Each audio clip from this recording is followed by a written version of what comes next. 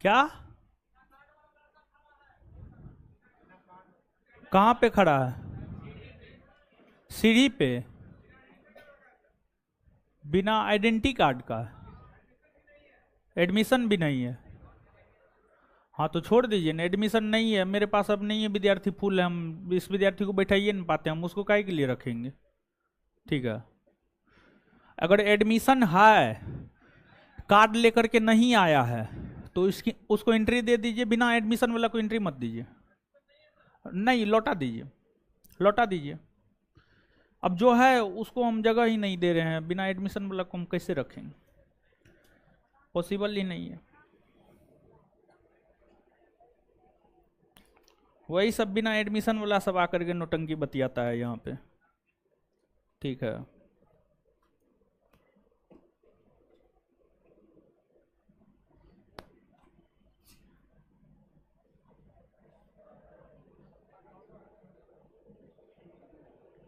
चलिए, class live हो गया जी? हाँ, क्लास लाइव है।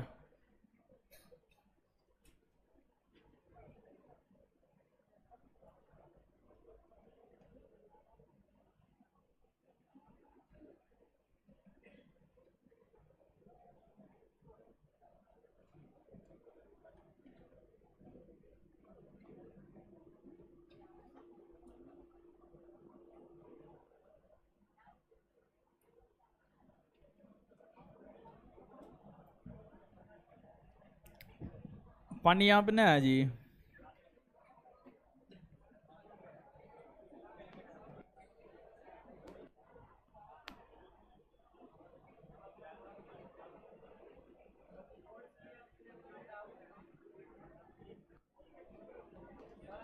हाँ,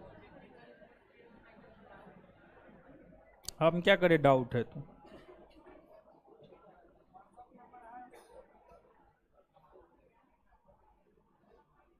डाउट है तो क्या कर सकते हैं?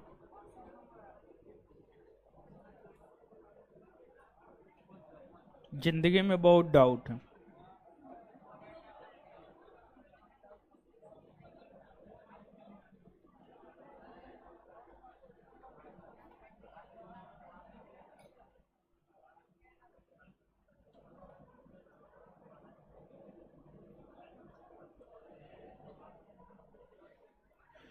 चलिए, आ जाइए, गुड इवनिंग सबको। क्या पढ़ा रहे थे? हड़प्पा? कहाँ तक बताए? चौहद्दी बता दिए थे?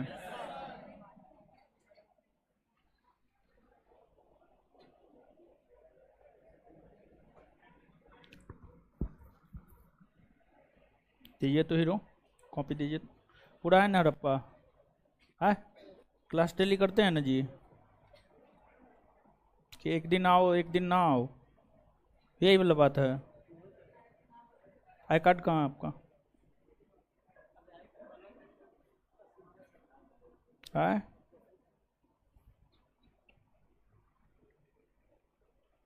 कब एडमिशन लिए हैं आप? 11-12 हाल ही फिलहाल में लिए हैं? बड़ी कम में एडमिशन है वो आपका। कौन है नीरज जी? नीरज कौन है? कौन है? जहानाबाद घर है आपका? कहाँ घर है आपका? क्या नाम है? अच्छा, धांधली वाला एडमिशन है इसका। महाराज, मास्टर को पूरा पैसा दे के पढ़िए, ठीक है? शादी कर लीजिएगा आप, उसको देखेगा कोई और, अच्छा लगेगा ना? पढ़िएगा आप, एडमिशन कोई और करवाएगा।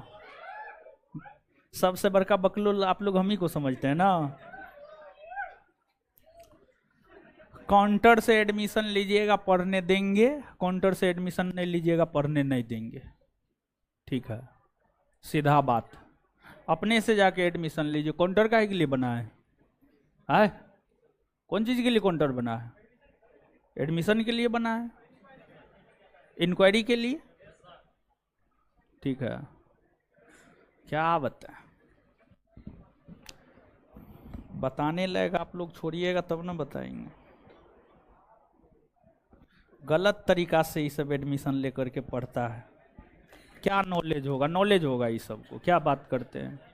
ठीक है, जो पहले से धांधली करने लगा वो क्या पढ़ेगा? खाक पढ़ेगा वो, पढ़ने का कोई सवाल ही नहीं पैदा होता है। खैर कोई बात नहीं है, पढ़िए, देखिए कहाँ तक जा पाते हैं।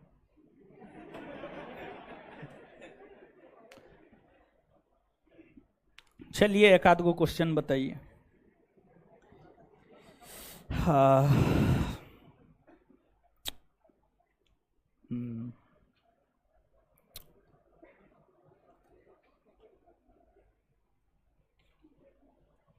डाउट है?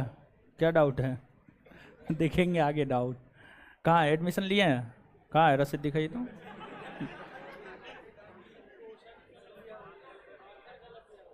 क्वेश्चन गलत है, आंसर गलत। हाँ हो सकता है कादू। ठीक है ये लड़का, ठीक है, बहुत आगे जाइएगा। ईमानदारी से एडमिशन लिया है। अरे ईमानदारी में बहुत कुछ है जी, बड़ी दिक्कत है जीवन में। चलिए देखिए क्या पढ़ा रहे थे? हड़प्पा सभ्यता।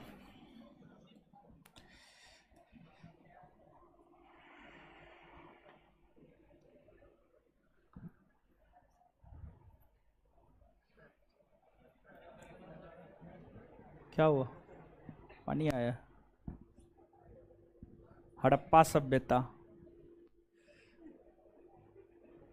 कुंदन कुमार जी, हाँ सभी पढ़ाते हैं हम ही टोटल।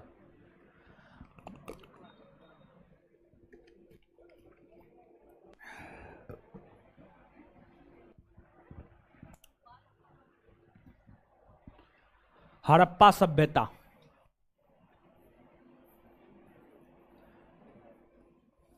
देखिए ध्यान दीजिएगा, सुनिएगा, आप समझिएगा। हिस्ट्री जो है ना, देखिए इतिहास, इतिहास एक कहानी है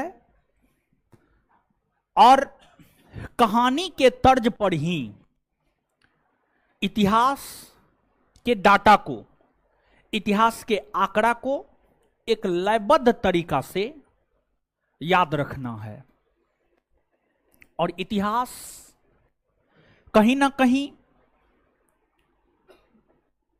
हमें परिवर्तन को भी बताता है। अलग अलग कालखंड में जो अलग अलग परिवर्तन हुए हैं, उस परिवर्तन को भी इतिहास कहीं ना कहीं जो है आपको बताता है। तो जो हड़प्पा सभ्यता है, हम आपको पिछले क्लास में ये बात बताए थे, विश्व की पहली सभ्यता मेसोपोटामिया की सभ्यता, दूसरी सभ्यता मिस्र की सभ्यता और तीसरी सभ्यता हड़प्पा। तीसरी सभ्यता हड़प्पा।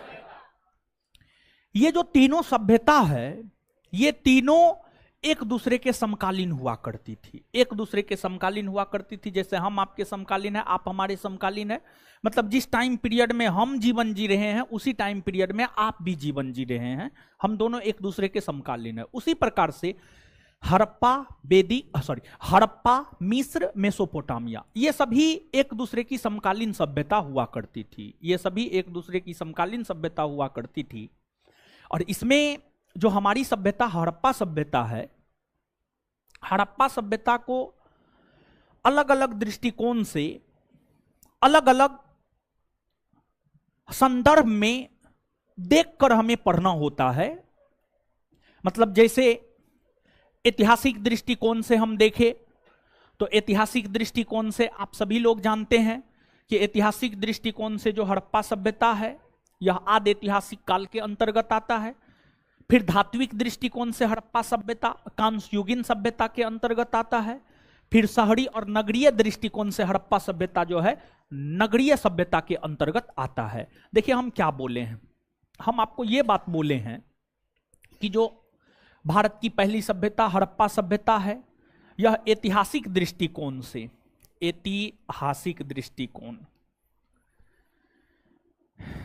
ऐतिहासिक दृष्टिकोण से देखे तो ऐतिहासिक दृष्टिकोण से जो है यह आपको आदि ऐतिहासिक काल, आदि ऐतिहासिक काल, आदि ऐतिहासिक काल, आदि ऐतिहासिक काल के अंतर्गत आता है। आप सभी लोग आदि ऐतिहासिक काल का परिभाषा जानते हैं, हम आपको बताए हुए हैं। आदि ऐतिहासिक काल उस कालखंड को कहा जाता है जिस कालखंड का लिखित साक्ष्य उपलब्ध है लेकिन उसको पढ़ा नहीं। हड़प्पा काल के लिखित साक्ष्य उपलब्ध हैं लेकिन उसको पढ़ने में हम लोग अभी तक सक्षम नहीं हो पाए हैं, उसको पढ़ने में अभी तक हम लोग सक्षम नहीं हो पाए हैं। इसलिए जो हड़प्पा सभ्यता है वह आदि ऐतिहासिक काल, वह आदि ऐतिहासिक काल के अंतर्गत आता है।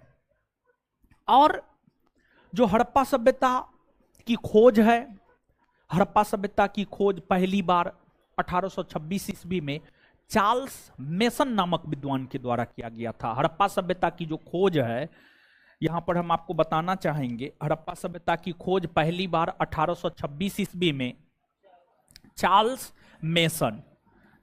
मेसन नामक विद्वान के द्वारा किया गया था।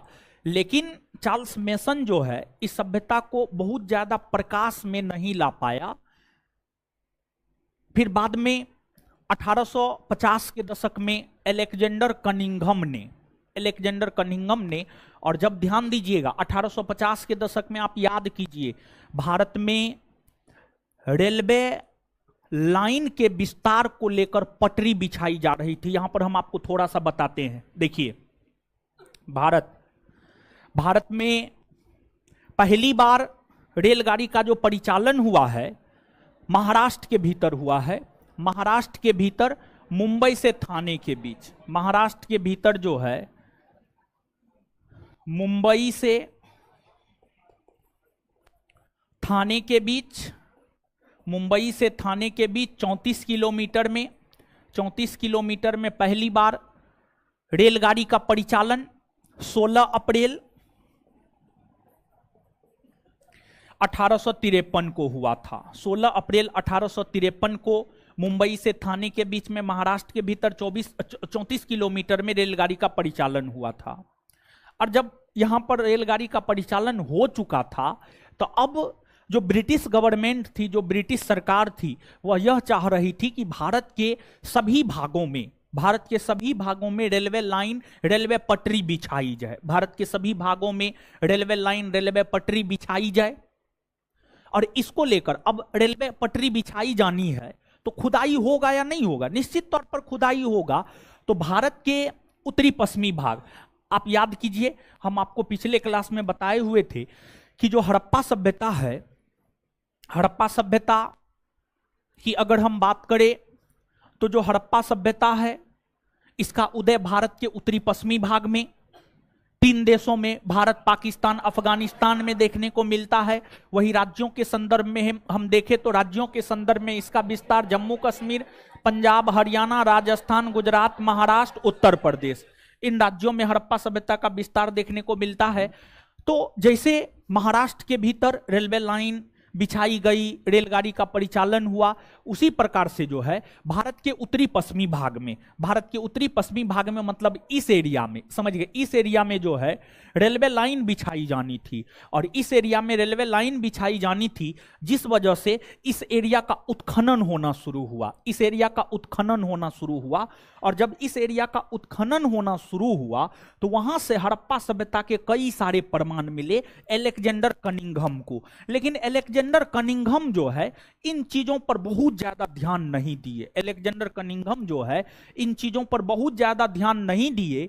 लेकिन 1920-21 में एक अंग्रेज हुआ करते थे, उनका नाम था sir John Marshall, sir John Marshall.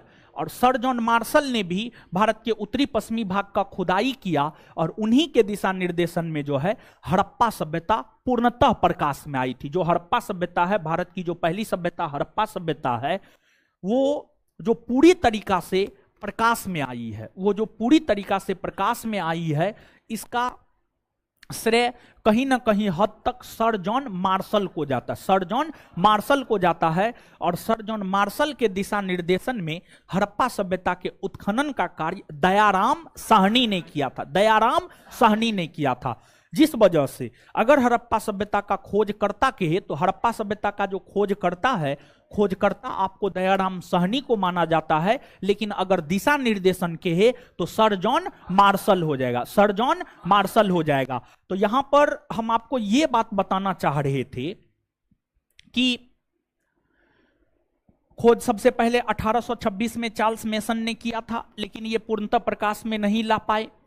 1850 के दशक में 1850 के दशक में इस सभ्यता के ऊपर अलेक्जेंडर कनिंघम का भी नजर गया, अलेक्जेंडर कनिंघम का भी नजर गया, लेकिन वे इसमें रुचि नहीं लिए, वे इसमें रुचि नहीं लिए।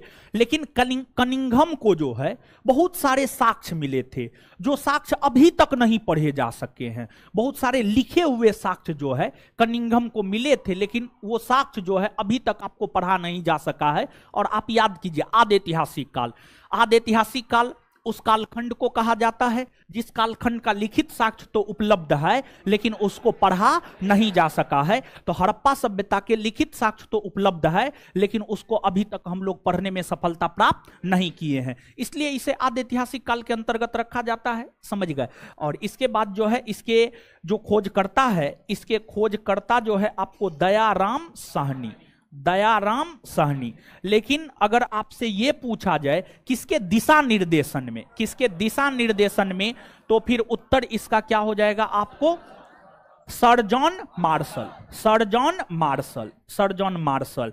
तो ऐतिहासिक दृष्टिकोण से हड़प्पा सभ्यता आदि ऐतिहासिक काल के अंतर्गत आता है क्या? इसमें आपको कोई शक है, कोई किंतु परंतु है? नहीं ना है, होना भी नहीं चाहिए, समझ गए।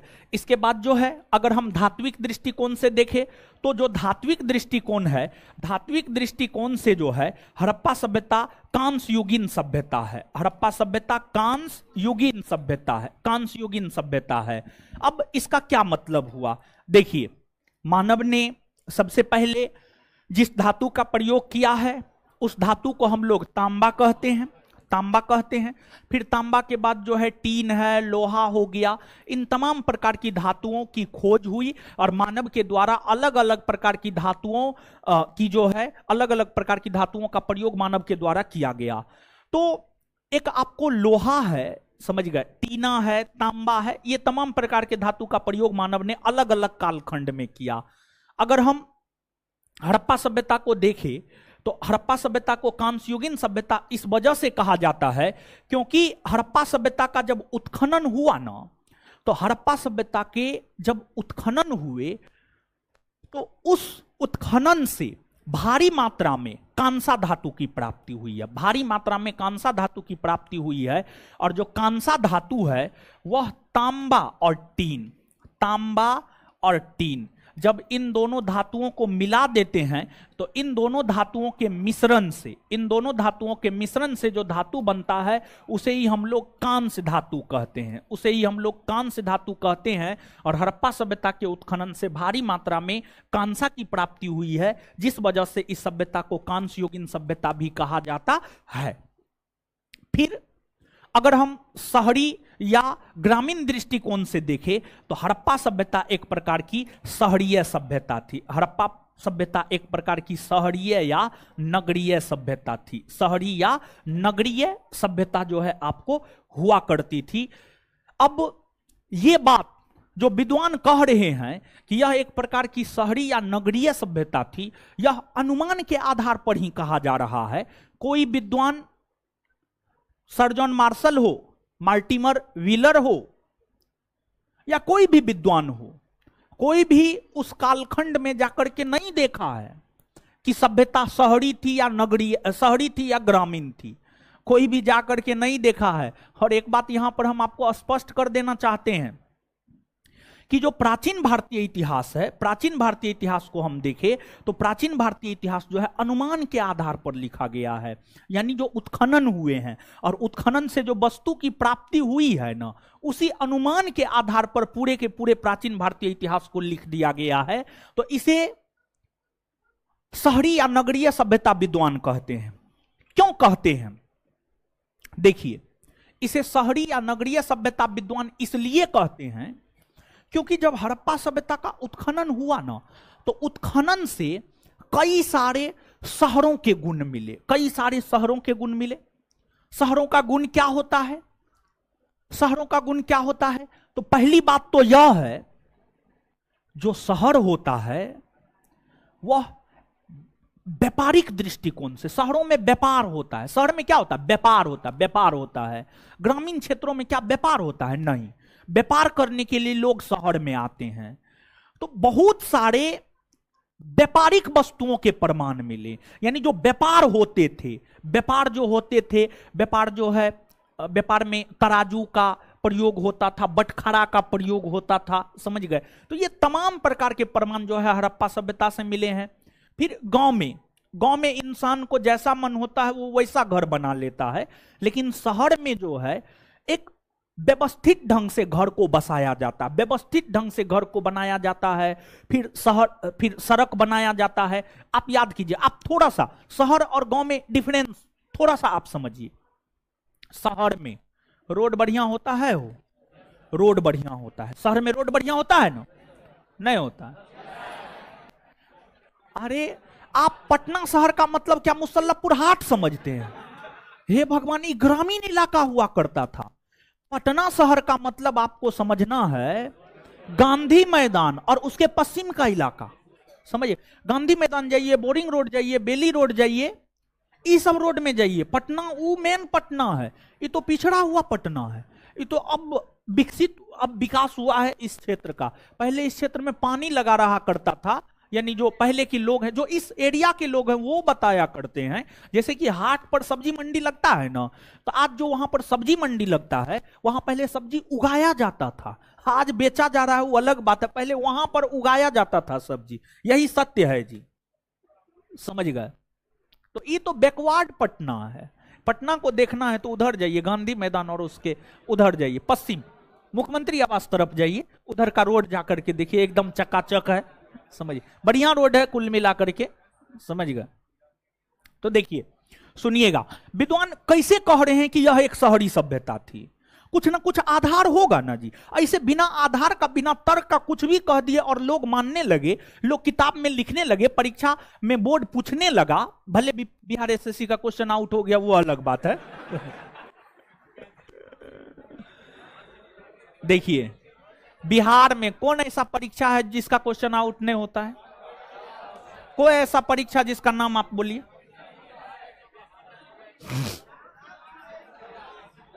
सब चीज का परीक्षा क्वेश्चन आउट, क्वेश्चन आउट, समझिए।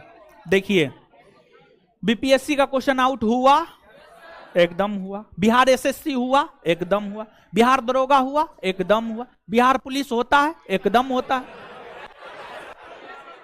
अब परीक्षा बचा कौन जी बिहार में? कोई परीक्षा बचा? 10th का वो भी होता है, 12th का वो भी होता है, समझ गए? बड़ी आफत है। लेकिन जानते हैं, एक जो है बहुत दुर्भाग्यपूर्ण बात है, समझ गए? इसमें हम भी अपने आप को दोषी बताते हैं। ऐसा नहीं है कि हम बोल रहे हैं कि हम बड़ी दूध का धोवल है, ऐसी बात नहीं है। देखिए, जो सत्य है, एक टीचर का दुकान स्टूडेंट से चलता है, यह सत्य है। एक स्टूडेंट टीचर पर बहुत विश्वास करता है, यह भी सत्य है। लेकिन जब टीचर की बारी आती है, टीचर जब दुविधा में फंसता है, स्टूडेंट भरपूर साथ देता है, यह भी सत्य है। लेकिन जब स्टूडेंट के साथ नाइंसाफी होता है, टीचर साथ नहीं देता है, यह भी सत्य है। समझिए, यह सत्य है, आप इसको मानिए या नहीं मानिए। देखिए, एक बात हम आपको बताते हैं। अभी आप जिस कैंपस में हैं, ये कैंपस विद्यार्थी का सबसे बड़ा गढ़। और हर कैंपस का एक टाइम आया है, ठीक है। कोई भी कैंपस आप उठा करके देख लीजिए, उस कैंपस का एक टाइम आया है, 2 साल 4 साल 5 साल रहा है, फिर काम खत्म हुआ है। हर कैंपस का यही कहानी है। सभ्यता का उदय हुआ है तो पतन होगा, पतन होगा तो नई सभ्यता का उदय होगा। कैंपस का उदय हुआ है तो कैंपस का पतन भी होगा और नया कैंपस भी पैदा होगा। यह सत्य है, आप इतिहास पलट करके देख लीजिए ना, ठीक है। इसमें हमको एग्जाम्पल देने की जरूरत नहीं है। तो हां, यहां पर थे, जब बारी स्टूडेंट की आती है तो टीचर साथ नहीं देता है। यह कैंपस सबसे बड़ा हब है स्टूडेंट का, यह सत्य है, इसमें कोई शक नहीं है।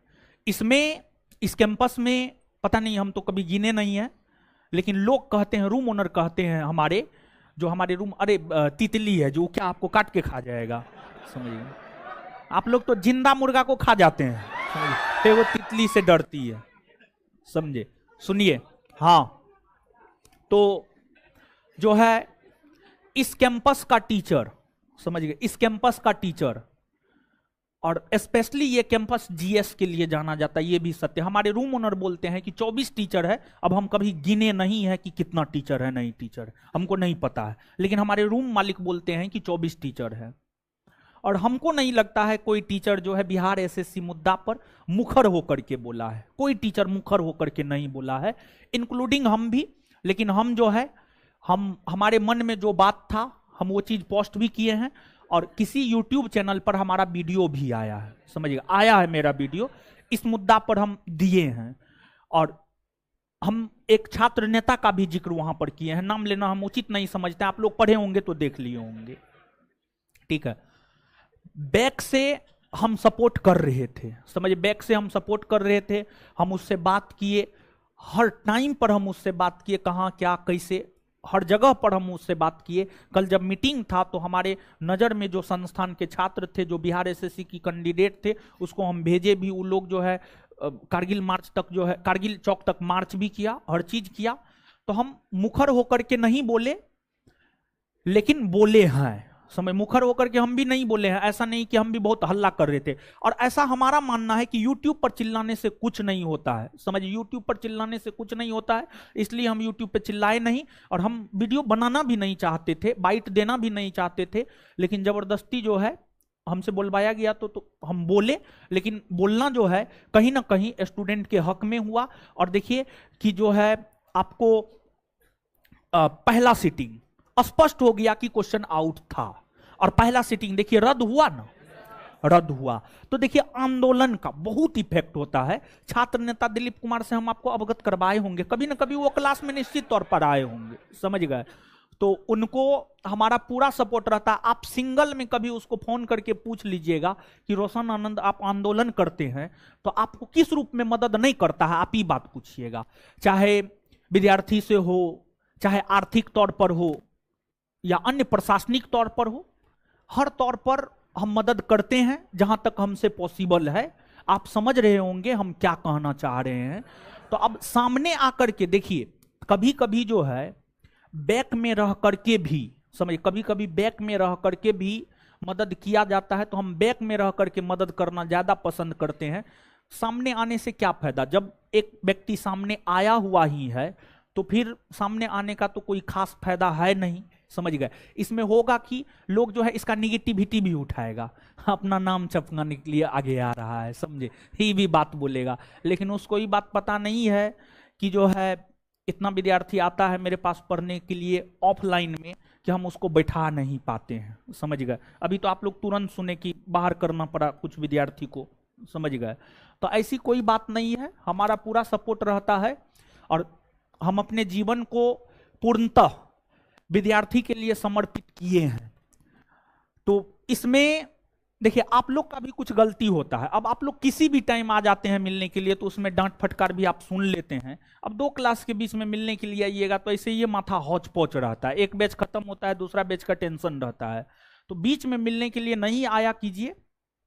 और 2023 में और भी ज्यादा जो है प्रयास करेंगे, अभी तक जितने लोगों को मदद किए हैं और भी ज्यादा से ज्यादा लोगों को ज्यादा से ज्यादा लोग मतलब ज्यादा से ज्यादा विद्यार्थी को मदद कर सके। यहाँ पर लोग सबका संदर्भ जो है विद्यार्थी से रहा है। और कोई भी टीचर इस कैंपस का हमारे अलावा, जहां तक हमें पता है, जहां तक हमें पता, हम सोशल मीडिया पे बहुत ज्यादा रहते नहीं हैं, लेकिन जहां तक हमें पता है इस कैंपस में हमारे अलावा कोई भी टीचर जो है बिहार एसएससी पर मुखर होकर के नहीं बोला है। और यह भी बात सत्य है कि बिहार एसएससी बैच के नाम पर जो है, फिर इस कैंपस के अलावा आगे के कैंपस, पीछे के कैंपस के टीचर बोले हैं बिहार एसएससी मुद्दा पर, भले यूट्यूब पर ही चिल्लाया हो, लेकिन चिल्लाया है लोग। लेकिन इस कैंपस के टीचर बिहार एसएससी मुद्दा पर यूट्यूब पे भी आकर के जो है नहीं चिल्लाया है। लेकिन जब अपना काम होगा तो यूट्यूब पे आकर के लोग वीडियो बनाएंगे, अपना पॉपुलैरिटी खूब लेंगे, समझ गए। और जब विद्यार्थियों के साथ की जरूरत होती है तो विद्यार्थी भी जो है आंख बंद करके सपोर्ट में उतर जाते हैं। तो अच्छी बात है, उतरिए, समझ गए। हम ऐसा नहीं कहते हैं आप टीचर का सपोर्ट नहीं कीजिए, एकदम पूरे तौर से टीचर का सपोर्ट कीजिए, लेकिन वैसे लोगों का सपोर्ट कीजिए जो आपका सपोर्ट करता है। वैसे लोगों का सपोर्ट एकदम नहीं कीजिए जो आपका सपोर्ट नहीं करता है। अगर किसी मुद्दा पर हम आपके साथ खड़ा नहीं होते हैं तो आप हमारी विपत्ति में हमारा साथ नहीं दीजिए। हम आपको खुले तौर पर यह बात बोल रहे हैं। लेकिन अगर हम आपकी विपत्ति में आपके साथ खड़ा होते हैं तो आप भी मेरी विपत्ति में हमारे साथ खड़ा होइए, ये मेरा कहना है। हम ऐसा नहीं कह रहे हैं कि आप हमारे साथ रहिए, एकदम नहीं। आप उसका साथ दीजिए जो आपका साथ देता है, आप उसका साथ नहीं दीजिए जो आपका साथ नहीं देता है। यही न्याय कहता है मेरे ख्याल से। बाद बाकी आप क्या सोचते हैं आपके ऊपर निर्भर करता है। तो चलिए आगे जो है, अब आप चीजों को समझिएगा। यहां पर शहर और गांव, शहर और गांव में क्या अंतर होता है। देखिए, गांव में अच्छी सड़क नहीं होती है, गांव में व्यापार नहीं होता है, गांव के लोग बहुत अधिक सभ्य नहीं होते हैं। थोड़ा सा ऐसा नहीं है कि गांव के लोगों का हम मजाक उड़ा रहे हैं, ठीक है, अब कुछ भी कहना बड़ी मुश्किल हो जाता है, समझिए। लेकिन फिर भी शहर के तुलना में थोड़ा सा, शहर के तुलना में जो है थोड़ा सा पिछड़े होते हैं। शहर के तुलना में नहीं पिछड़े होते, एकदम पिछड़े होते हैं। लेकिन शहर की हम बात करें, शहर में अच्छी सड़क होती है, समझ गए। शहर में जो है अच्छी सड़क होती है, शहर में व्यापार काफी उच्चतम स्तर पर होता है, शहर में नाली होता है, एक उत्तम जल निकासी प्रणाली शहर में देखने को मिलेगा। क्या गांव में उत्तम जल निकासी प्रणाली मिलता है? नहीं। जहां पर नल होगा उसी के बगल में जो है एक गड्ढा होगा, उसी में पानी जाता होगा, समझिए। ऐसी बात है या नहीं है? तो जो हड़प्पा सभ्यता का उत्खनन हुआ, उस उत्खनन से जो है कई सारे चीजों के प्रमाण मिले हैं जो हड़प्पा सभ्यता के शहर होने की बात को ज्यादा अच्छे से साबित करता है। इसलिए विद्वानों का यह मानना है कि यह सभ्यता जो है एक प्रकार की शहरी सभ्यता हुआ करती थी, यह सभ्यता एक प्रकार की शहरी सभ्यता हुआ करती थी। अब इस सभ्यता के यानी हड़प्पा सभ्यता के काल निर्धारण, मतलब हड़प्पा सभ्यता का कालखंड कब से कब तक है, इसको लेकर विद्वानों के बीच विवाद है। हड़प्पा सभ्यता के काल निर्धारण को अगर आप देखेंगे तो हड़प्पा सभ्यता के काल निर्धारण को लेकर, मतलब हड़प्पा सभ्यता कब से लेकर कब तक रहा है, हड़प्पा सभ्यता कब से लेकर कब तक रहा है, मतलब इसका कालखंड क्या है, इसको लेकर जो है विद्वानों के बीच विवाद है। कुछ विद्वानों का कहना है कि हड़प्पा सभ्यता का कालखंड 3500 ईस्वी पूर्व से 2500 ईस्वी पूर्व, कुछ विद्वान का कहना है 3000 ईस्वी पूर्व से 2500 ईस्वी पूर्व, कुछ विद्वान का कहना है 2500 ईस्वी पूर्व से 1500 ईस्वी पूर्व, कुछ विद्वान का कहना है 2350 से 1750 ईस्वी पूर्व। मतलब हड़प्पा सभ्यता के काल निर्धारण को लेकर टोटली विद्वानों के बीच विवाद है। लेकिन इस सभ्यता का जो सर्वमान्य काल है, इस सभ्यता का जो सर्वमान्य काल है वह आपको 2500 ईस्वी पूर्व से, 2500 ईस्वी पूर्व से जो है 1800 ईस्वी पूर्व, 2500 ईस्वी पूर्व से 1800 ईस्वी पूर्व, 2500 ईस्वी पूर्व से 1800 ईस्वी पूर्व। कुछ बुक 2500 से 1700 भी देता है, इस चक्कर में आप नहीं पढ़िएगा, समझ गए। क्योंकि प्राचीन भारतीय इतिहास में खास तौर पर हड़प्पा सभ्यता में 50 बरस 100 बरस का अंतर अलग अलग बुक में जो है देखने को मिलेगा, तो इस चक्कर में आप नहीं पढ़िएगा। हम बार बार इस बात को कह रहे हैं। अब ई नहीं कि हम ई बोले हैं, कुछ बुक कुछ और लिखता है। मान लिया जाए कि कुछ बुक 2350 से 1750 लिखता है, तब आपको ई नहीं सोचना, ये बात नहीं सोचना है आपको कि टीचर तो गलती बताया है ना, ऐसी कोई बात नहीं है। अलग अलग बुक अलग अलग डाटा देता है, तो कोई एक डाटा जो है मान लेना है। इससे प्रश्न भी ना के बराबर ही पूछा जाता, नहीं पूछा जाता है, समझ गए। इसलिए बहुत ज्यादा चिंता में आपको आने की जरूरत नहीं है। फिर आपको एक काल निर्धारण की पद्धति है कार्बन डेटिंग, समझिए। एक काल निर्धारण की पद्धति है कार्बन डेटिंग या C14 पद्धति। कार्बन डेटिंग या C14 पद्धति के तहत जो है आपको काल निर्धारित किए जाते हैं, काल निर्धारित किए जाते हैं। और जो C14 पद्धति या कार्बन डेटिंग पद्धति है, इसके तहत हड़प्पा सभ्यता का जो सर्वमान्य काल है, ये क्वेश्चन आपके यूपीएससी का पूछा हुआ है, और यूपीएससी ने 2008 में इस प्रश्न को पूछा है, और उसी के आधार पर यूपीएससी बोर्ड ने जो आंसर दिया है, उसी बोर्ड के आंसर के आधार पर इसका काल हम आपको बता रहे हैं। कार्बन डेटिंग पद्धति के अनुसार जो है हड़प्पा सभ्यता का सर्वमान्य काल जो है 2350 ईस्वी पूर्व से 2350 ईस्वी पूर्व से 1750 ईस्वी पूर्व 1750 ईस्वी पूर्व माना जाता है, 1750 ईस्वी पूर्व माना जाता है, समझ गए। तो अब आप देखिएगा, हमारा नोट भी देखिएगा, नोट में कुछ और होगा, यहां पर हम कुछ और बता रहे हैं, या अन्य कोई भी बुक पढ़िएगा तो कुछ और होगा, यहां पर कुछ और बता रहे हैं। लेकिन यहां पर हम एक बात बोल रहे हैं, यूपीएससी ने 2008 में जो प्रश्न पूछा था और यूपीएससी ने जो उस वर्ष आंसर दिया था, उस आंसर के आधार पर कार्बन डेटिंग पद्धति के तहत हड़प्पा सभ्यता का सर्वमान्य काल 2350 ईस्वी पूर्व से 1750 ईस्वी पूर्व। मूल तौर पर ये दो बात याद रखिएगा। बाद बाकी विद्वान क्या कहता है क्या नहीं कहता है, उन चीजों से आपको कोई लेना देना नहीं है। अब एक बात तो यहां तक आपका थोड़ा सा स्पष्ट हुआ होगा कि हड़प्पा सभ्यता के विषय में जो जानकारी है वह हमें हड़प्पाई स्थलों के उत्खनन से प्राप्त हुए वस्तुओं से होती है। यह बात थोड़ा सा स्पष्ट हुआ है, नहीं हुआ है? देखिए, आप याद कीजिए, हम आपको इतिहास में एक चैप्टर पढ़ाए हैं, प्राचीन भारतीय इतिहास को जानने का स्रोत। ये चैप्टर पढ़ाए हैं, पढ़ाए ना जी? प्राचीन भारतीय इतिहास को जानने के कितने स्रोत? 3 स्रोत है ना? हो साहित्यिक स्रोत है, पुरातात्विक स्रोत है, विदेशी यात्रियों का विवरण, विदेशी यात्रियों का विवरण, पुरातात्विक स्रोत। पुरातात्विक स्रोत में हम लोग किसको रखते हैं? पुरातात्विक स्रोत के अंतर्गत जो है हम लोग उन चीजों को रखते हैं जो खुदाई से प्राप्त हुआ वस्तु होता है, जो खुदाई से प्राप्त हुआ वस्तु होता है। तो यहां पर हम आपको हड़प्पा सभ्यता के विषय में स्पष्टता पूर्वक बता दें कि हड़प्पा सभ्यता के विषय में सभी प्रकार की जानकारी हमें उत्खनन से प्राप्त हुए वस्तुओं से होती है। उत्खनन से, हड़प्पा सभ्यता के उत्खनन से, हड़प्पा सभ्यता के उत्खनन से। और आप सभी लोग जानते हैं कि जो हड़प्पा सभ्यता, पिछले क्लास में तो हम ये सब बात बताए हुए थे जी, हड़प्पा सभ्यता भारत के उत्तरी पश्चिमी भाग में है। तो भारत के उत्तरी पश्चिमी भाग में जो इन स्थलों का उत्खनन हुआ, भारत के उत्तरी पश्चिमी भाग में जो इन स्थलों का उत्खनन हुआ, जहां तक हड़प्पा सभ्यता का विस्तार है, इन स्थलों के उत्खनन से जो वस्तु की प्राप्ति हुई है, इन स्थलों के उत्खनन से जो वस्तु की प्राप्ति हुई है, उस वस्तु के आधार पर ही हमें हड़प्पा सभ्यता के विषय में जानकारी प्राप्त होता है। अब जब हड़प्पाई स्थलों का उत्खनन किया गया तो हड़प्पाई स्थलों के उत्खनन से बहुत भारी मात्रा में कंकाल की प्राप्ति हुई है। कंकाल, कंकाल, कंकाल समझते हैं? अरे मानव के मृत्यु के बाद उन्हें या तो दफना दिया जाता था या फिर जला दिया जाता था। तो मानव का जो बचा हुआ अस्थि पंजर होता था, दफनाने या जलाने के बाद मानव का जो बचा हुआ अस्थि पंजर होता था, उसी को कंकाल कहा जाता था। उसी को क्या कहा जाता था? कंकाल, कंकाल। तो हड़प्पा सभ्यता के उत्खनन से भारी मात्रा में कंकाल की प्राप्ति, बहुत अधिक मात्रा में कंकाल की प्राप्ति हुई।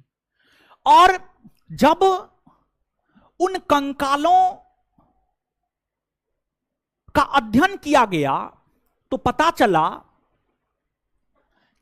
4 प्रजाति के मानव के कंकाल हड़प्पा सभ्यता में पाए गए हैं। 4 प्रजाति के मानव के कंकाल जो है हड़प्पा सभ्यता में आपको पाए गए थे।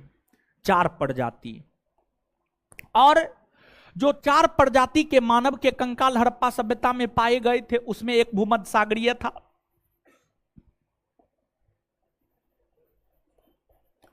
भूमध्य सागरीय था।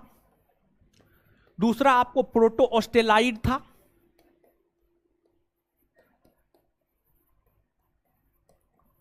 ऑस्ट्रेलायड था। तीसरा आपको अल्पाइन था। ये सब प्रजाति है, मानव की प्रजाति है। चौथा आपको मंगोलायड, मंगोलायड। चौथा आपको मंगोलायड, चौथा आपको मंगोलायड था। तो जो हड़प्पाई स्थलों के उत्खनन से जो मानव कंकाल की प्राप्ति हुई है, उस मानव कंकाल के विषय में जब अध्ययन किया गया तो पता चला कि 4 प्रजाति के मानव, 4 प्रजाति के मानव हड़प्पा काल में हुआ करते थे। और जो 4 प्रजाति के मानव हड़प्पा काल में हुआ करते थे, भूमध्य सागरीय, प्रोटो ऑस्ट्रेलाइड, अल्पाइन और मंगोलाइड। इन 4 प्रजातियों में, इन 4 प्रजातियों में सबसे ज्यादा जिस प्रजाति के मानव का कंकाल मिला है वह आपको भूमध्य सागरीय प्रजाति है, वह आपको भूमध्य सागरीय प्रजाति है। मतलब सबसे ज्यादा भूमध्य सागरीय प्रजाति के मानव हड़प्पा सभ्यता में हुआ करते थे, अर्थात हड़प्पा सभ्यता के जो निर्माता थे वे भूमध्य सागरीय प्रजाति वर्ग के लोग थे। भूमध्य सागरीय प्रजाति वर्ग के लोग जो है हड़प्पा सभ्यता के निर्माता थे। अब सबसे ज्यादा मानव कंकाल हम देखें तो सबसे ज्यादा मानव कंकाल मोहनजोदड़ो से मिला है। मोहनजोदड़ो से मिला है। आगे हम हड़प्पाई स्थलों के विषय में बताएंगे। और उन हड़प्पाई स्थलों में ही एक प्रमुख हड़प्पाई स्थल है, उसका नाम है मोहनजोदड़ो। मोहनजोदड़ो से सबसे ज्यादा मानव कंकाल मिला है। और इसलिए हाँ, सो लीजिए, आराम से सोइए, कोई दिक्कत नहीं है, आराम से मजा लीजिए। हाँ, सो रही है, एकदम पूरा नींद में थी। इसको बोले भी तो कोई फर्क नहीं पड़ा। हे भगवान, ऊपर से वो लड़की बोली तो जो है उसी को कुछ बोलने लगी। कहां थे रात में? मोबाइल चला रहे थे। मोबाइले चला ही रही होगी, समझ गए। सबका क्या कहना। कहां घर है जी? गार्जियन से बात करवाइएगा, दीजिए नंबर, हम बात करते हैं। बोलेंगे पढ़ती लिखती ना है, घर ले जाइए इनको, शादी ब्याह कर दीजिए आराम से। क्लास में आकर के सोवे करती है क्या जी?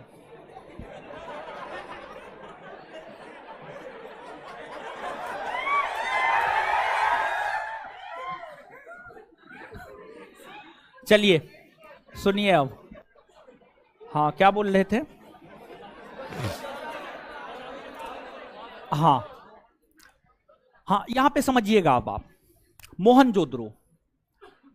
मोहनजोदड़ो से जो है सबसे ज्यादा मानव कंकाल की प्राप्ति हुई है, जिस वजह से मोहनजोदड़ो को मृतकों का टीला कहा जाता। मृतकों का टीला, मृतकों का टीला।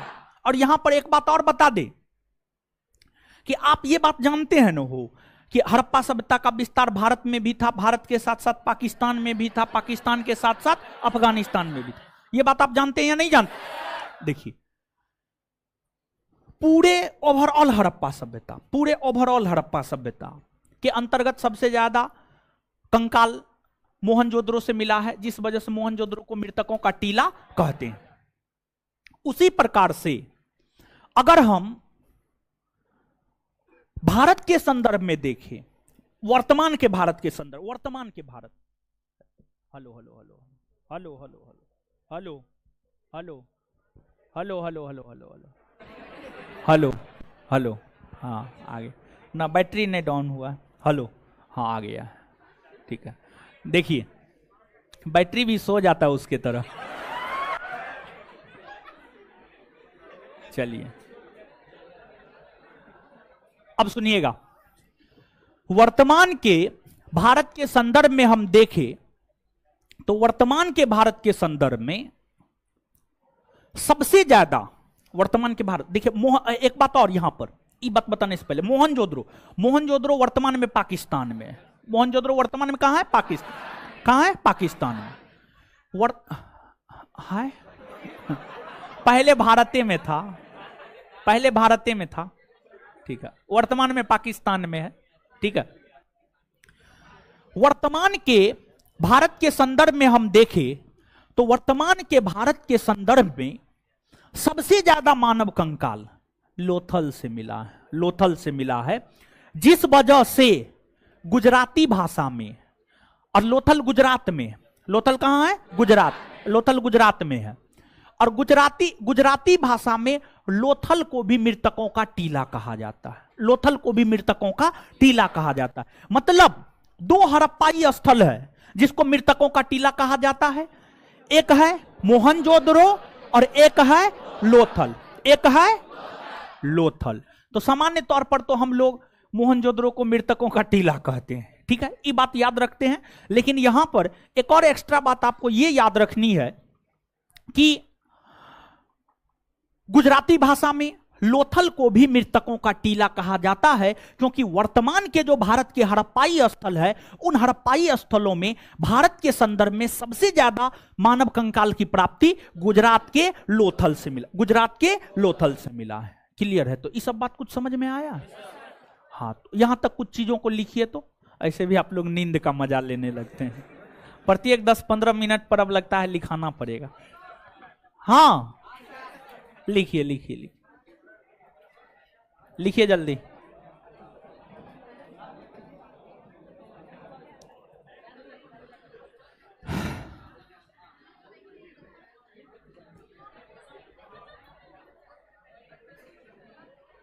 लिखिएगा।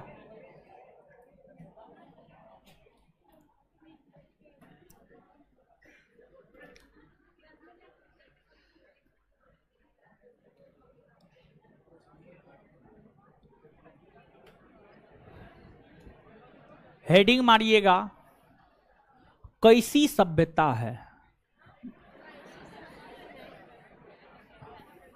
कैसी सभ्यता है, कैसी सभ्यता है, कैसी सभ्यता है, कैसी सभ्यता है, डैश देकर।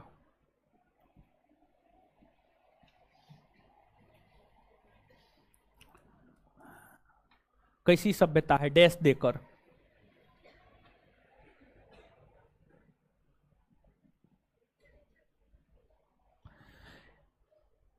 डैश देखो, ऐतिहासिक दृष्टिकोण से हड़प्पा सभ्यता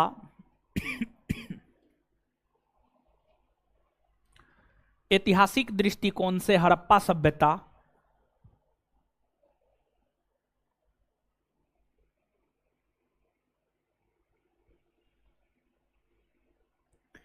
ऐतिहासिक दृष्टिकोण से हड़प्पा सभ्यता, हड़प्पा सभ्यता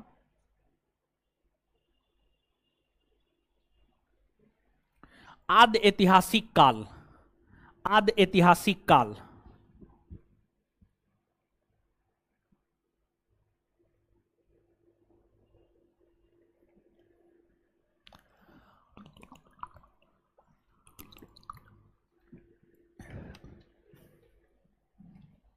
अजमल राशिद जी फिर से, कैसी सभ्यता है, हेडिंग मारना है, कैसी सभ्यता है, हेडिंग मारना है।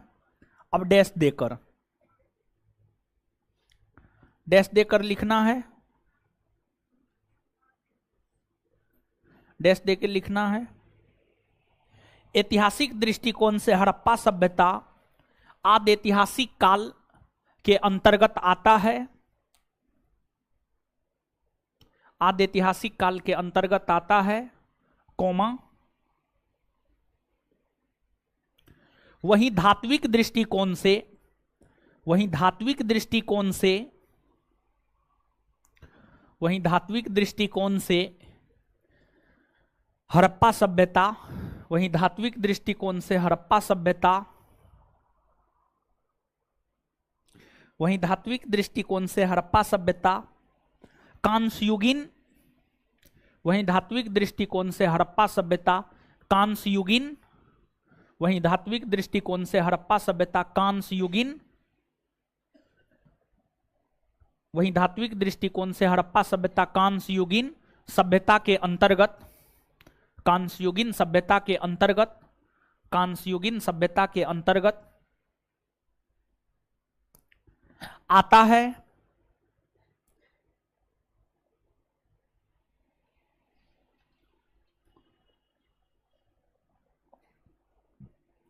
तथा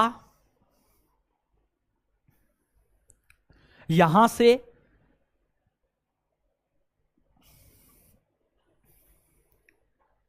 नगरों के कई सारे प्रमाण मिले हैं,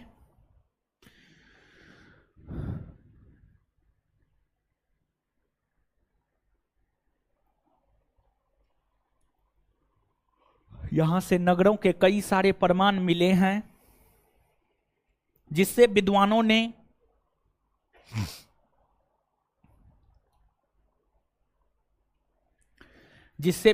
ने इस सभ्यता को,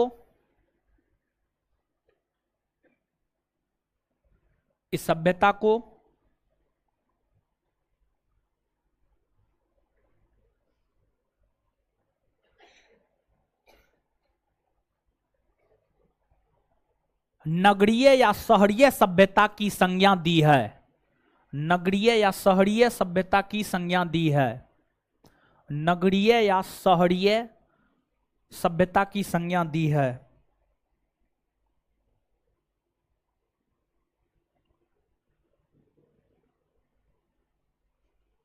दी है।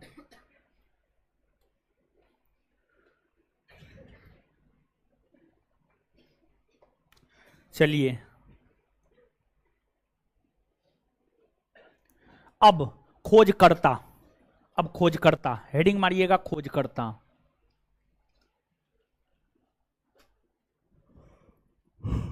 खोजकर्ता डैश देकर लिखिएगा।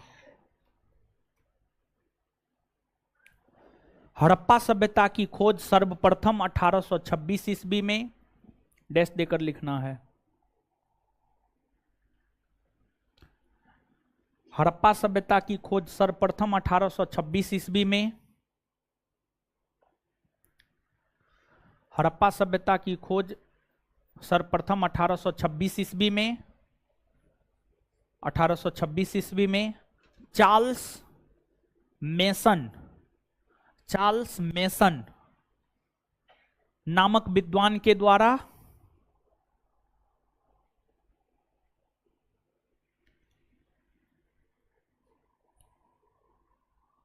किया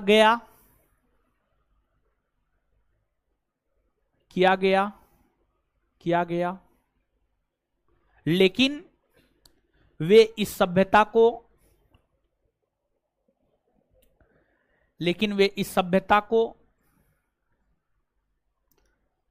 प्रकाश में नहीं ला पाए,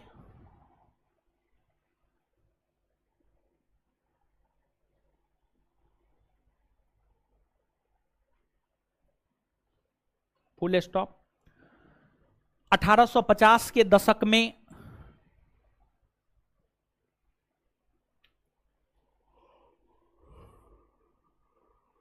1850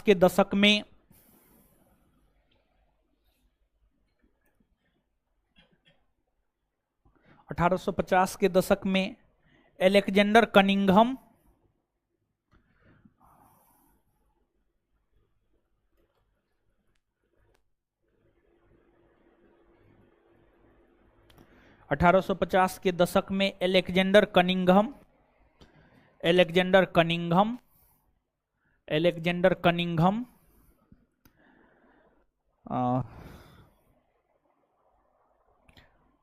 अलेक्जेंडर कनिंघम को भी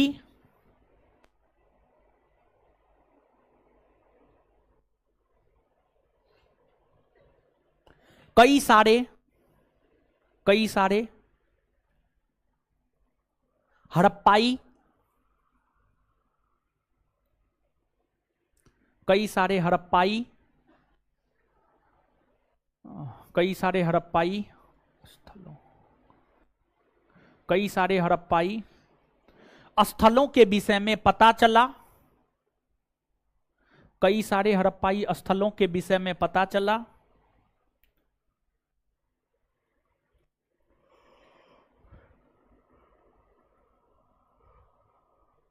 लेकिन वे भी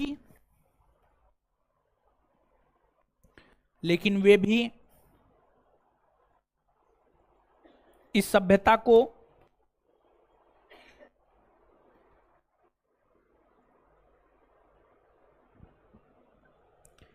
प्रकाश में नहीं ला पाए।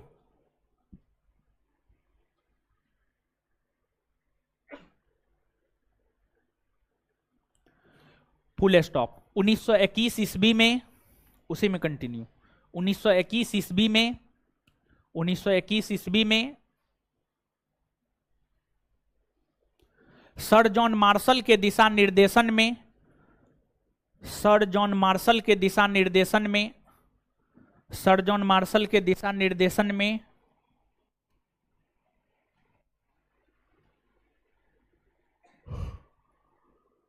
सर जॉन मार्शल के दिशा निर्देशन में, सर जॉन मार्शल के दिशा निर्देशन में, दिशा निर्देशन में सर दयाराम साहनी ने, सर दयाराम साहनी ने, सर दयाराम साहनी ने, सर दयाराम साहनी ने हड़प्पा सभ्यता को, हड़प्पा सभ्यता को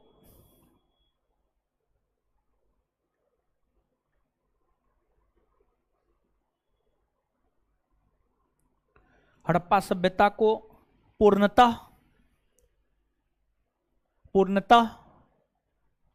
प्रकाश में लाने का काम किया, पूर्णतः प्रकाश में लाने का काम किया, पूर्णतः प्रकाश में लाने का काम किया। अतः हड़प्पा सभ्यता के खोजकर्ता, अतः हड़प्पा सभ्यता के खोजकर्ता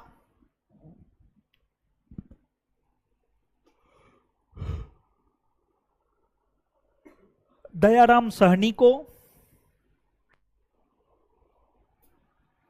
माना जाता है, दयाराम साहनी को माना जाता है, दयाराम साहनी को माना जाता है, दयाराम साहनी को माना जाता है। चलिए आगे। काल निर्धारण, काल निर्धारण, काल निर्धारण।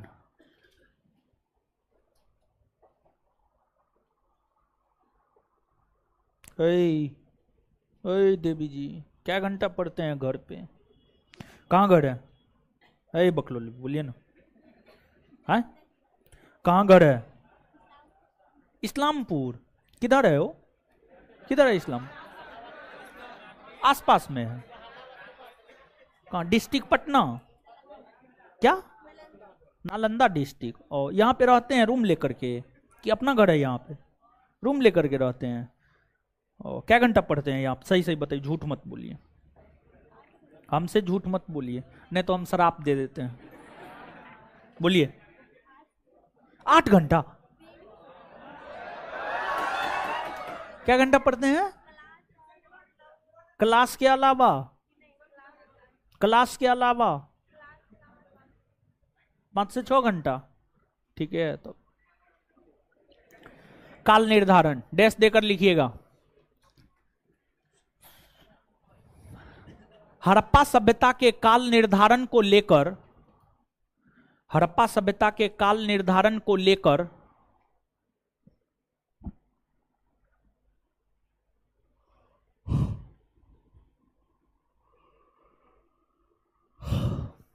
हड़प्पा सभ्यता के काल निर्धारण को लेकर विद्वानों के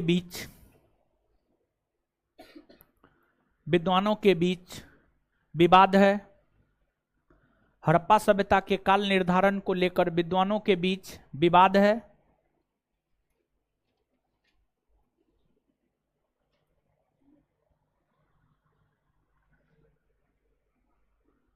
लेकिन इस सभ्यता का सर्वमान्य काल, लेकिन इस सभ्यता का सर्वमान्य काल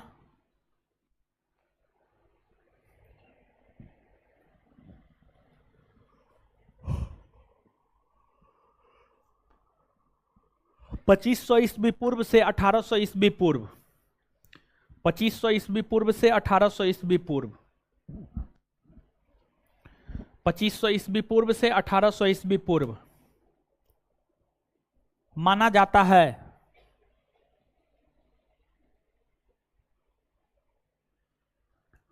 वहीं कार्बन डेटिंग पद्धति, वहीं कार्बन डेटिंग पद्धति, वहीं कार्बन डेटिंग पद्धति कॉस्ट में C14, वहीं कार्बन डेटिंग पद्धति कॉस्ट में C14, वहीं कार्बन डेटिंग पद्धति कॉस्ट में C14 के तहत इस सभ्यता का सर्वमान्य काल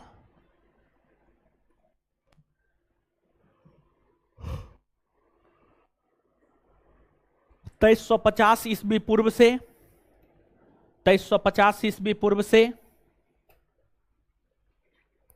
1750 ईस्वी पूर्व, 2350 ईस्वी पूर्व से 1750 ईस्वी पूर्व माना जाता है।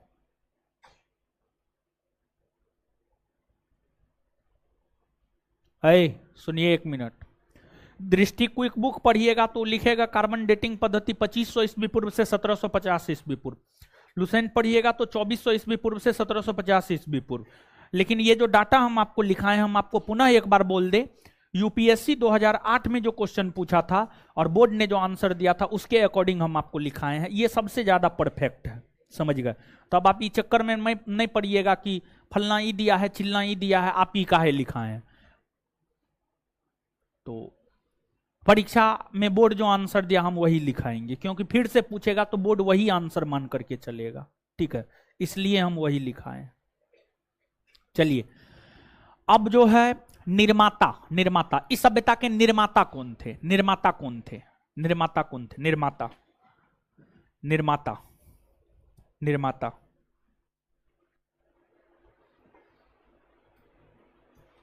डैश देकर लिखिएगा।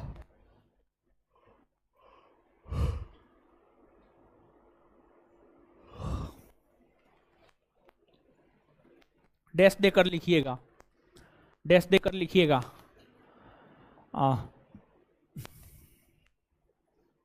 डैश देकर हड़प्पा सभ्यता के उत्खनन से, हड़प्पा सभ्यता के उत्खनन से,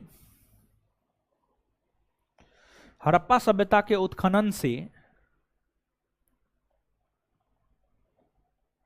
जो कंकाल प्राप्त हुए हैं, जो कंकाल प्राप्त हुए हैं, हड़प्पा सभ्यता के उत्खनन से जो कंकाल प्राप्त हुए हैं,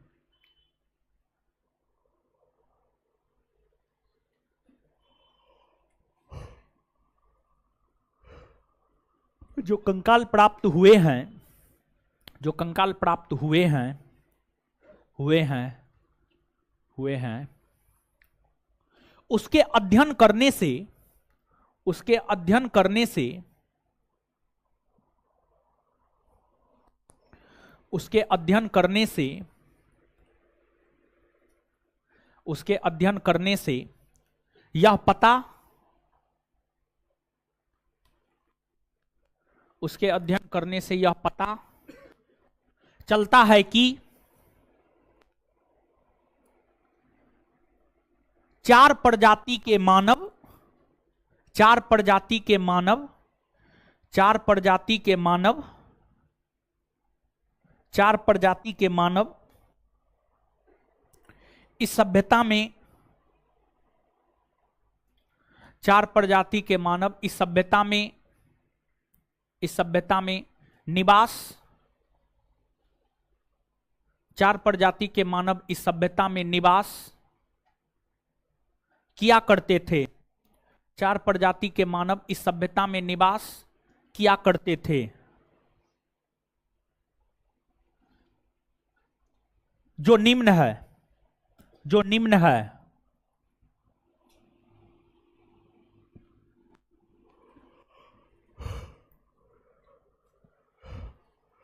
एक नंबर में भूमध्य सागरीय, एक नंबर में भूमध्य सागरीय।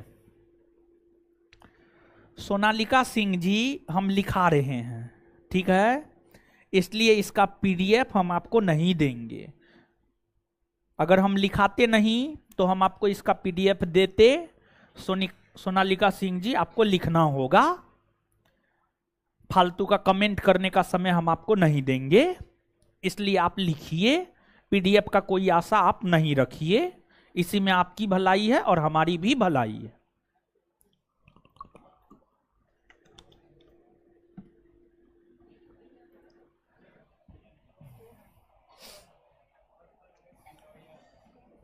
लिखिए, एक नंबर में भूमध्य सागरीय, दो नंबर में प्रोटो ऑस्ट्रेलायड, तीन नंबर में अल्पाइन, चार नंबर में मंगोलायड,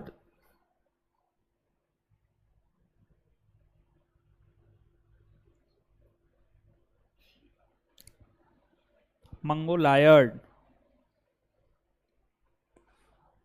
जानते हैं एक बात जो हमको नया पता चला है, ये पता चला है कि वनडे परीक्षा, ठीक है, वनडे परीक्षा, वनडे परीक्षा मतलब एमसीक्यू, यानी जैसे बिहार एसएससी वनडे परीक्षा है, बिहार दरोगा बिहार पुलिस वनडे परीक्षा है, यूपीएससी प्रीलिम्स वनडे परीक्षा है, एक दिन में परीक्षा होता है, एमसीक्यू पूछता है, बीपीएससी प्रीलिम्स वनडे परीक्षा है, एसएससी भी वनडे परीक्षा ही है। आपको जानकर आश्चर्य होगा कि बिट्टू सर का जो बायोलॉजी का नोट है, ठीक है, बिट्टू सर का जो बायोलॉजी का नोट है, देखिए सामान्य तौर पर मुखर्जी नगर से बुक पटना आता था, लेकिन बिट्टू सर का बायोलॉजी का नोट स्पेशली, और संस्थान का लगभग सारा नोट, संस्थान का लगभग सारा नोट, बताइए पटना का नोट है, पटना में हम लोग पढ़ाते हैं, और ये सब नोट जो है मुखर्जी नगर में बिक रहा है, समझ गए। तो ये थोड़ा सा एक अच्छा फील होता है कि इतना बेहतरीन नोट हम लोगों का है कि जो है दिल्ली तक में मांग है इस नोट का, समझ गए। तो ये सब जो है ना, देखिए थोड़ा सा टीचर को जो है ना प्रोत्साहित करता है। जैसे यूट्यूब पे टीचर आता है, वो कहेगा कि जो है लाइक कीजिए, सब्सक्राइब कीजिए, कमेंट कीजिए, ठीक है, तो ये जो, हाँ शेयर कीजिए, हाँ शेयर भी कीजिए, हाँ, तो ये सब जो है ना, ये सब टीचर को प्रोत्साहित करता है। जैसे जितना लाइक रहता है, जितना कमेंट रहता है, जितना व्यू रहता है, तो टीचर को थोड़ा लगता है कि नहीं, हाँ देख रहा है, लोग पसंद कर रहा है, तो जो है ये सब चीज थोड़ा सा पॉजिटिविटी फैलाता है अंदर, कि ऐसा लगता है कि नहीं ऐसा काम करना चाहिए कि जैसे अभी बिट्टू सर के बायोलॉजी का इतना जबरदस्त मांग है, समझ गए, हर परीक्षा में, कोई भी परीक्षा आप उठा लीजिए, समझ गए, तो ऐसा अब अंदर से लगने लगा है कि नहीं अपने नोट को इतना बेहतर बनाना है, इतना अच्छा बनाना है कि हर नोट, समझ गए, हर नोट मुखर्जी नगर तक पहुंच जाए और वनडे परीक्षा देने वाले हर विद्यार्थी उस नोट को परचेज करे, समझ गए। ये हम लोगों के लिए जो है वास्तविक सफलता होगी। यानी पटना से नोट को दिल्ली पहुंचा देना ये आसान बात नहीं है। आप लोगों को लग रहा होगा कि एक लाइन में हम बोल दिए हैं, हाँ एक लाइन में आप समझ गए हैं, ऐसी कोई बात नहीं है, समझ गए। नोट एक जगह से दूसरे जगह, बड़े शहर से छोटे शहर में आना ये आम बात है, छोटे शहर से बड़े शहर में जाना। जैसे कोई अमीर है, वो अपने नीतियों के कारण गरीब हो गया, ये आम बात है, लेकिन जो गरीब है वो अमीर हो गया, ये बहुत बड़ी बात है अपने आप में, समझ गए। तो ये सब चीज जो है थोड़ा सा प्रोत्साहित करता है काम करने को लेकर। तो बिट्टू सर का जो बिट्टू सर का जो केमिस्ट्री का नोट आ रहा है, ऐसे तो अब बैच सब हम इतना दे दिए हैं ना कि उनको भी टाइम नहीं मिलता है पढ़ने का, समझ गए। लेकिन नोट तैयार किया जाता है, बड़ी मेहनत लगता है नोट तैयार करने में। कभी आकर के मेरे साथ बैठिए ना, जब नोट तैयार करते हैं, रात रात भर जगते हैं, समझ गए। कहाँ आइएगा? पटना जंक्शन पर। चलिए, तो ये चीज हमको पता चला हमको भी नहीं पता था, हमको बिट्टू सर बताए। हम दुनियादारी से मतलब नहीं रखते हैं, बहुत कम मतलब है मेरा दुनियादारी से, सोशल मीडिया सबसे बहुत कम मतलब है, थोड़ा बहुत मतलब है सोशल मीडिया से, बहुत ज्यादा नहीं है। तो विद्यार्थी कोई विद्यार्थी बोल रहा था, और बुक सेलर दिल्ली का जो है ना, कोई बुक सेलर जो है बिट्टू सर के नंबर पे फोन किया था। हम तो फोन उठाते नहीं है, तो इसलिए मेरे नंबर पे भी किया होगा तो हम तो उठेबे नहीं करते हैं, समझिएगा। बिट्टू सर फोन उठाते हैं, तो जो है बुक सेलर बताया और कुछ विद्यार्थी भी बताया, समझिएगा। और इंक्वायरी में जो लोग है, जो लड़का फोन रिसीव करता है, वो सब भी आपको जानकर आश्चर्य होगा। दिल्ली का जो है अच्छा इंस्टीट्यूट, कोई भी ऐसा इंस्टीट्यूट का नाम उठा करके आप देख लीजिए, बिहार दरोगा उसके दिमाग में जाता है तो सीधा ज्ञान बिंदु उसके दिमाग में जाता है, समझ गए। तो ये चीज है। तो काफी बेहतर हम लोग काम कर रहे हैं, और भी आपके लिए बेहतर काम करेंगे। नया साल आ रहा है, 2023 आ रहा है, और भी जोश जुनून के साथ हम लोग काम करेंगे। आप भी जोश और जुनून के साथ पढ़िए। अब आप इसी से अनुमान लगा सकते हैं कि आपके संस्थान का नोट कितना बेहतर है कि पटना से दिल्ली जा रहा है। अब कलेक्शन बहुत शानदार है हम लोगों का, ऑब्जेक्टिव कलेक्शन हम लोगों का बहुत शानदार है। इतना बेहतर ऑब्जेक्टिव कलेक्शन कहीं का नहीं है, समझिएगा। चलिए लिखिए, लिख लिए ये बात, नीचे से स्टार मार के लिखिएगा।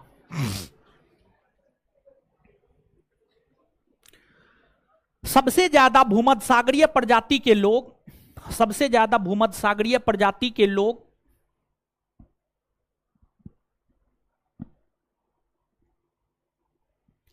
सबसे ज्यादा भूमध्य सागरीय प्रजाति के लोग, सबसे ज्यादा भूमध्य सागरीय प्रजाति के लोग, सबसे ज्यादा भूमध्य सागरीय प्रजाति के लोग,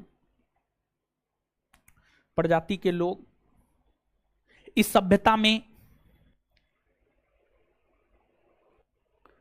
निवास करते थे। इस सभ्यता में निवास करते थे, जिस कारण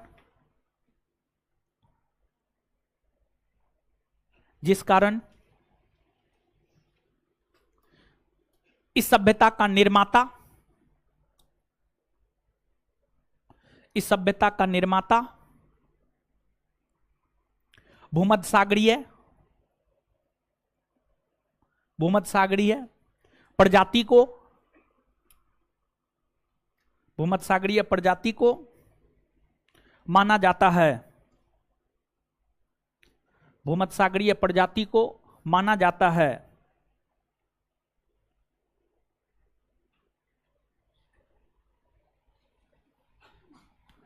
चलिए अब इसके बाद इससे आगे थोड़ा सा बढ़ते हैं।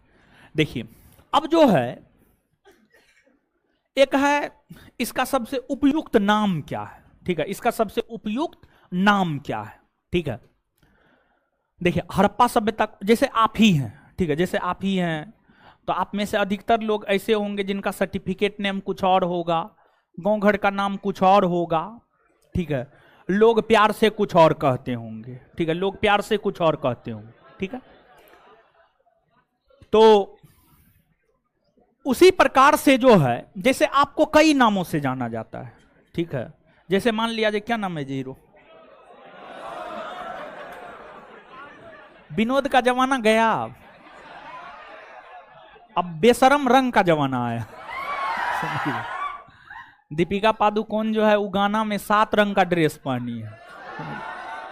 चलिए सुनिए, क्या नाम है, राज, राज, और भी कुछ नाम है ना, वही, ठीक, आप तो समझ ही गए होंगे हम क्या बोलना चाह रहे हैं। हाँ देखिए, जो हड़प्पा सभ्यता है, हड़प्पा सभ्यता को हड़प्पा सभ्यता कहते हैं, सिंधु सभ्यता कहते हैं, सिंधु घाटी सभ्यता कहते हैं, सिंधु नदी घाटी सभ्यता कहते हैं।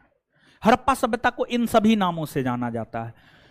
लेकिन हड़प्पा सभ्यता का जो सबसे उपयुक्त नाम है वह हड़प्पा है। हड़प्पा सभ्यता का जो सबसे उपयुक्त नाम है वह हड़प्पा है। और हड़प्पा सभ्यता का सबसे उपयुक्त नाम हड़प्पा इसलिए रखा गया है क्योंकि इस सभ्यता के अंतर्गत सबसे पहले हड़प्पा नामक स्थल की ही खोज हुई थी। इस सभ्यता के अंतर्गत सबसे पहले हड़प्पा नामक स्थल की ही खोज हुई थी, इसलिए इस सभ्यता को हड़प्पा सभ्यता कहा जाता है। और हड़प्पा को ही प्रारूप स्थल माना जाता है, हड़प्पा को ही प्रारूप स्थल माना जाता है। और इसे सिंधु घाटी सभ्यता या सिंधु नदी घाटी सभ्यता या सिंधु सभ्यता इसलिए कहा जाता है क्योंकि इस सभ्यता का जो विकास है वह सिंधु और उसकी सहायक नदियों के आसपास देखने को मिलता है, सिंधु और उसकी सहायक नदियों के आसपास देखने को मिलता है। इसलिए इसे सिंधु घाटी सभ्यता, सिंधु नदी घाटी सभ्यता या सिंधु सभ्यता कहा जाता है। समझ गए? तो दोनों बात आप याद रखिएगा। तो नीचे से लिखिएगा नाम, नाम, नामकरण, हेडिंग मारिएगा नामकरण या नाम, नामकरण या नाम।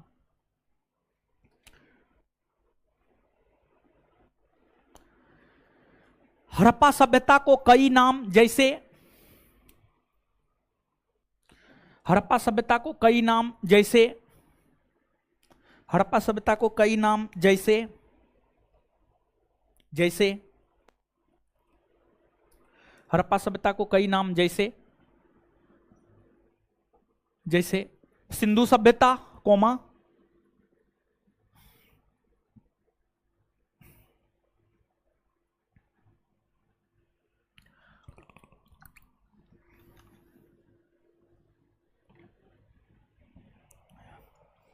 हड़प्पा सभ्यता को कई नाम जैसे सिंधु सभ्यता कोमा, सिंधु नदी घाटी सभ्यता,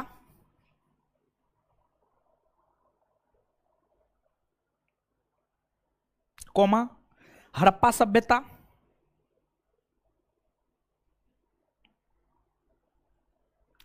इत्यादि से जाना जाता है, इत्यादि से जाना जाता है, इत्यादि से जाना जाता है।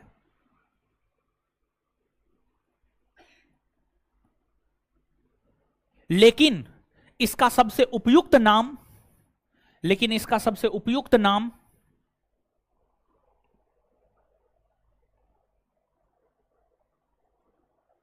लेकिन इसका सबसे उपयुक्त नाम लेकिन इसका सबसे उपयुक्त नाम सबसे उपयुक्त नाम उपयुक्त नाम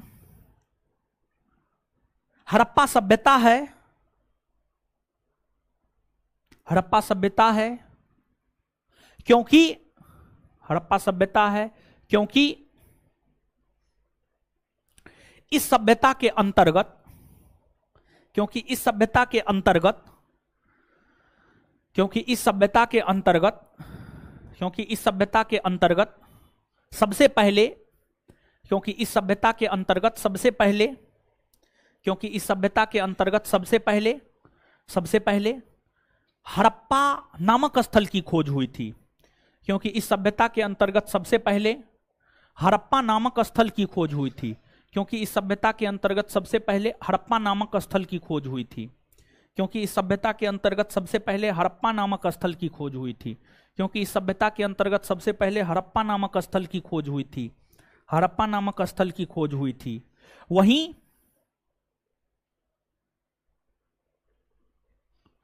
सिंधु नदी के आसपास सिंधु नदी के आसपास इस सभ्यता का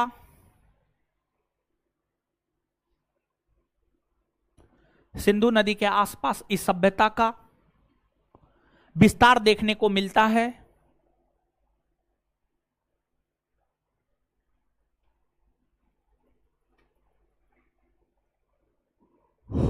सिंधु नदी के आसपास इस सभ्यता का विस्तार देखने को मिलता है, जिस कारण इसे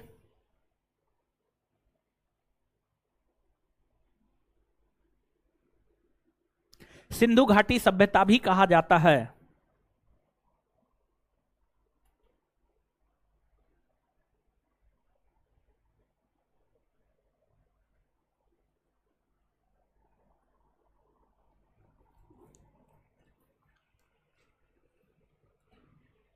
चलिए अब आगे देखिएगा, आगे ध्यान दीजिएगा। विशेषता पहले बता ना, विशेषता बाद में बताएंगे, ज्यादा बेटर रहेगा। विशेषता बाद में बताएंगे ना तो ज्यादा बेटर रहेगा। देखिए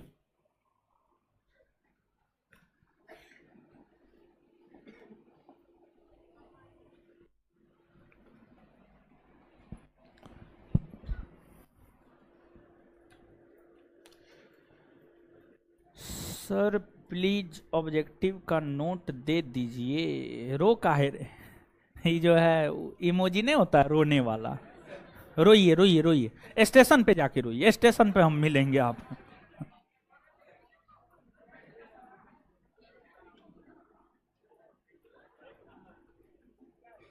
चलिए, पटना जंक्शन से मेरा बहुत लगाव रहा है, समझे। पटना जंक्शन पर बहुत समय गुजारते हैं हम। चलिए, आप लोग तो कुछ और ही सोच लेते हैं, यही दिक्कत। चलिए सुनिए, देखिए, जो हड़प्पा सभ्यता है, हड़प्पा सभ्यता के अंतर्गत, हड़प्पा सभ्यता के उत्खनन से लेकर आज तक, उत्खनन से लेकर आज तक हड़प्पाई स्थलों का उत्खनन लगातार जारी है। आज भी हड़प्पाई स्थलों का उत्खनन हो रहा है, आज भी हड़प्पाई स्थलों का उत्खनन हो रहा है। हड़प्पा सभ्यता के उत्खनन से लेकर आज तक जो है लगभग 2500 से अधिक स्थलों का उत्खनन हुआ है। कुछ बुक के अनुसार 2800 स्थलों का उत्खनन हुआ है, कुछ बुक के अनुसार 2800 स्थलों का उत्खनन हुआ है। और जो 2800 स्थलों का उत्खनन हुआ है, उसमें कुछ स्थल भारत में है, कुछ स्थल पाकिस्तान में है और कुछ स्थल अफगानिस्तान में है, अफगानिस्तान में है। लेकिन उन 2800 स्थलों में 6 बड़े स्थल मिले हैं, 6 बड़े स्थल मिले हैं। और जो 6 बड़े स्थल मिले हैं, ये 6 बड़े स्थल को ही शहर या नगर की संज्ञा दी गई है। ये 6 बड़े स्थल को ही शहर या नगर की संज्ञा दी गई है, शहर या नगर की संज्ञा दी गई है।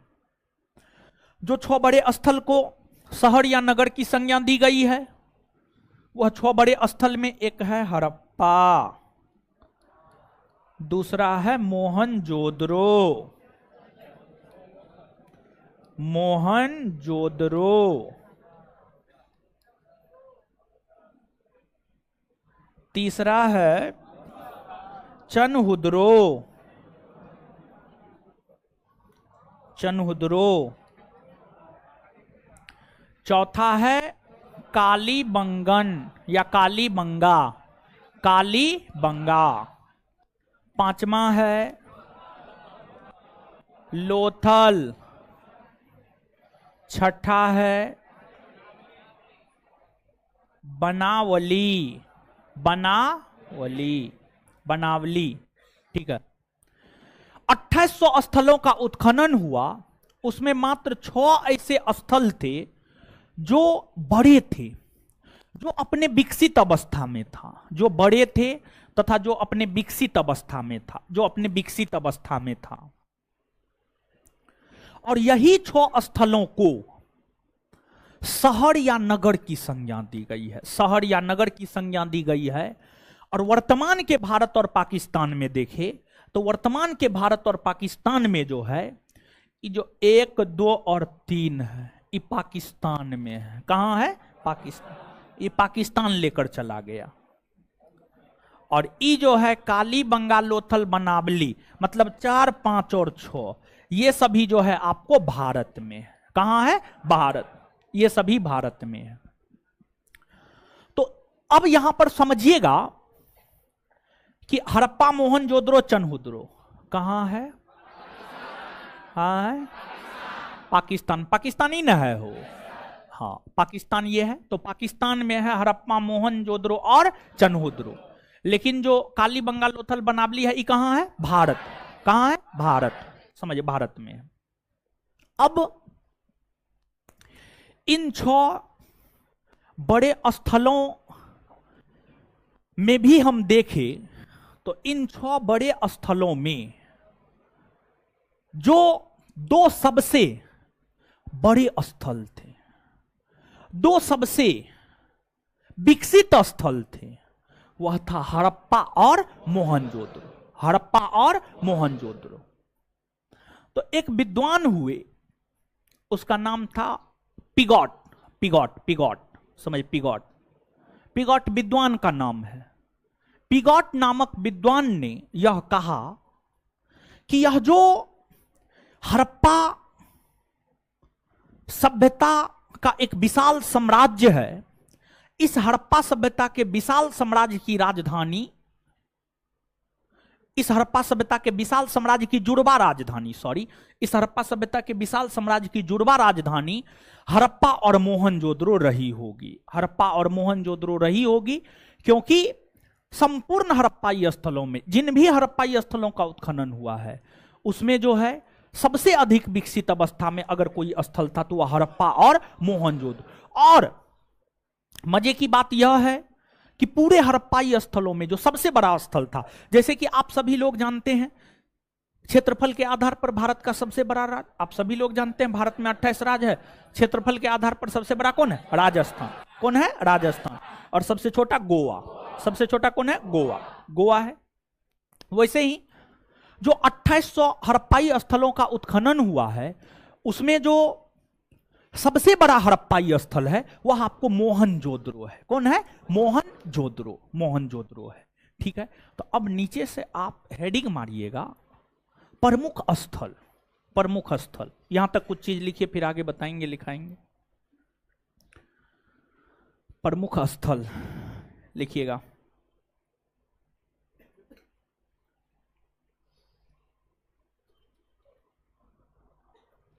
अभी तक लगभग अभी तक लगभग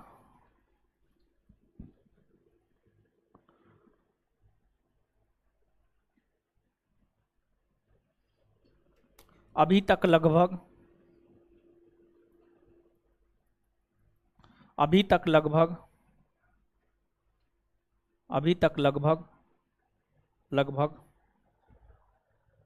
लगभग लगभग 2800 2800 2800 2800 स्थलों की 2800 स्थलों की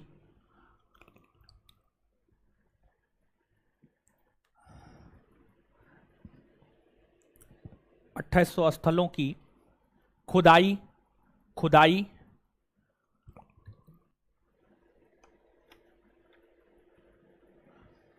हुई है।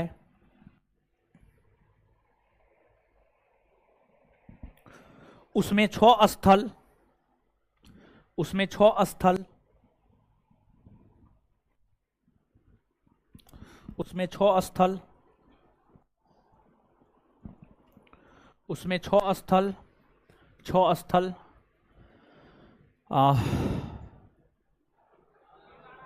विकसित अवस्था में विकसित अवस्था में विकसित अवस्था में थे, जिसे नगर या शहर की संज्ञा जिसे नगर या शहर की संज्ञा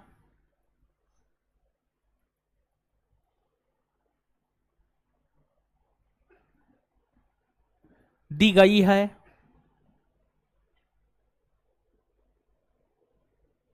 जो निम्न है।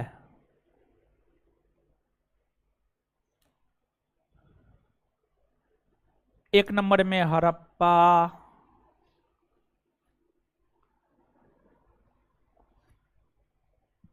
2 नंबर में मोहनजोदड़ो,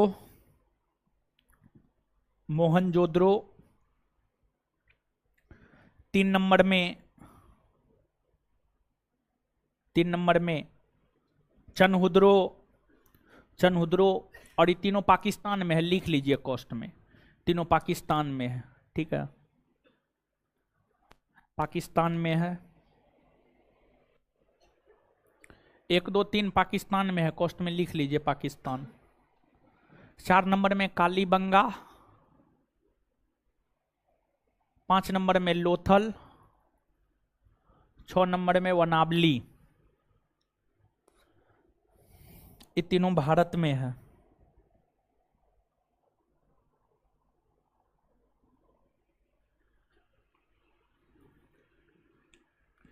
चलिए नोट देकर के लिखिएगा, NOTE नोट, नोट देकर के लिखिएगा। पिगॉट नामक विद्वान ने, पिगॉट यहां पे हम लिख देते हैं, चिंता मत कीजिए। पी आधा गो पूरा गो आटो, पिगॉट। पिगॉट नामक विद्वान ने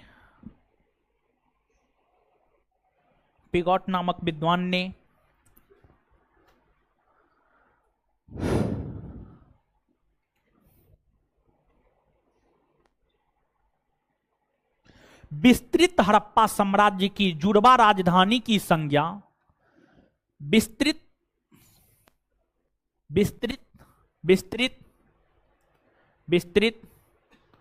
हड़प्पा सभ्यता के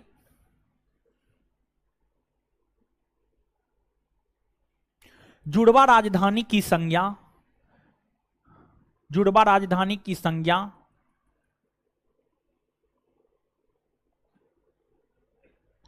हड़प्पा और मोहनजोदड़ो को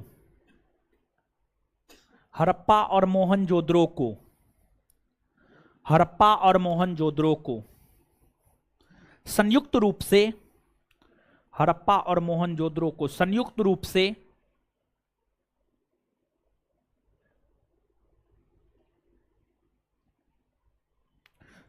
रूप से दिया है।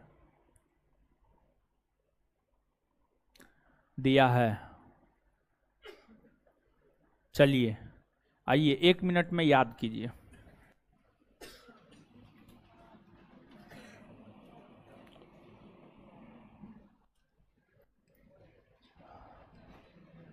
आइए बोर्ड पे आइए। ऐतिहासिक दृष्टिकोण से हड़प्पा सभ्यता को किस कालखंड के धात्विक दृष्टिकोण से ग्रामीण या शहरी इसकी खोज सर्वप्रथम किसने की है और वास्तविक खोजकर्ता किसे माना जाता है? किसके दिशा निर्देशन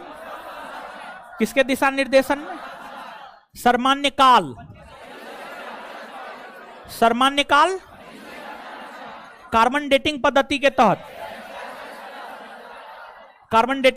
तहत। चलिए इसके बाद आगे बताइएगा कि जो हड़प्पा सभ्यता है उसमें कितने प्रजाति के लोग रहते? कितने प्रजाति?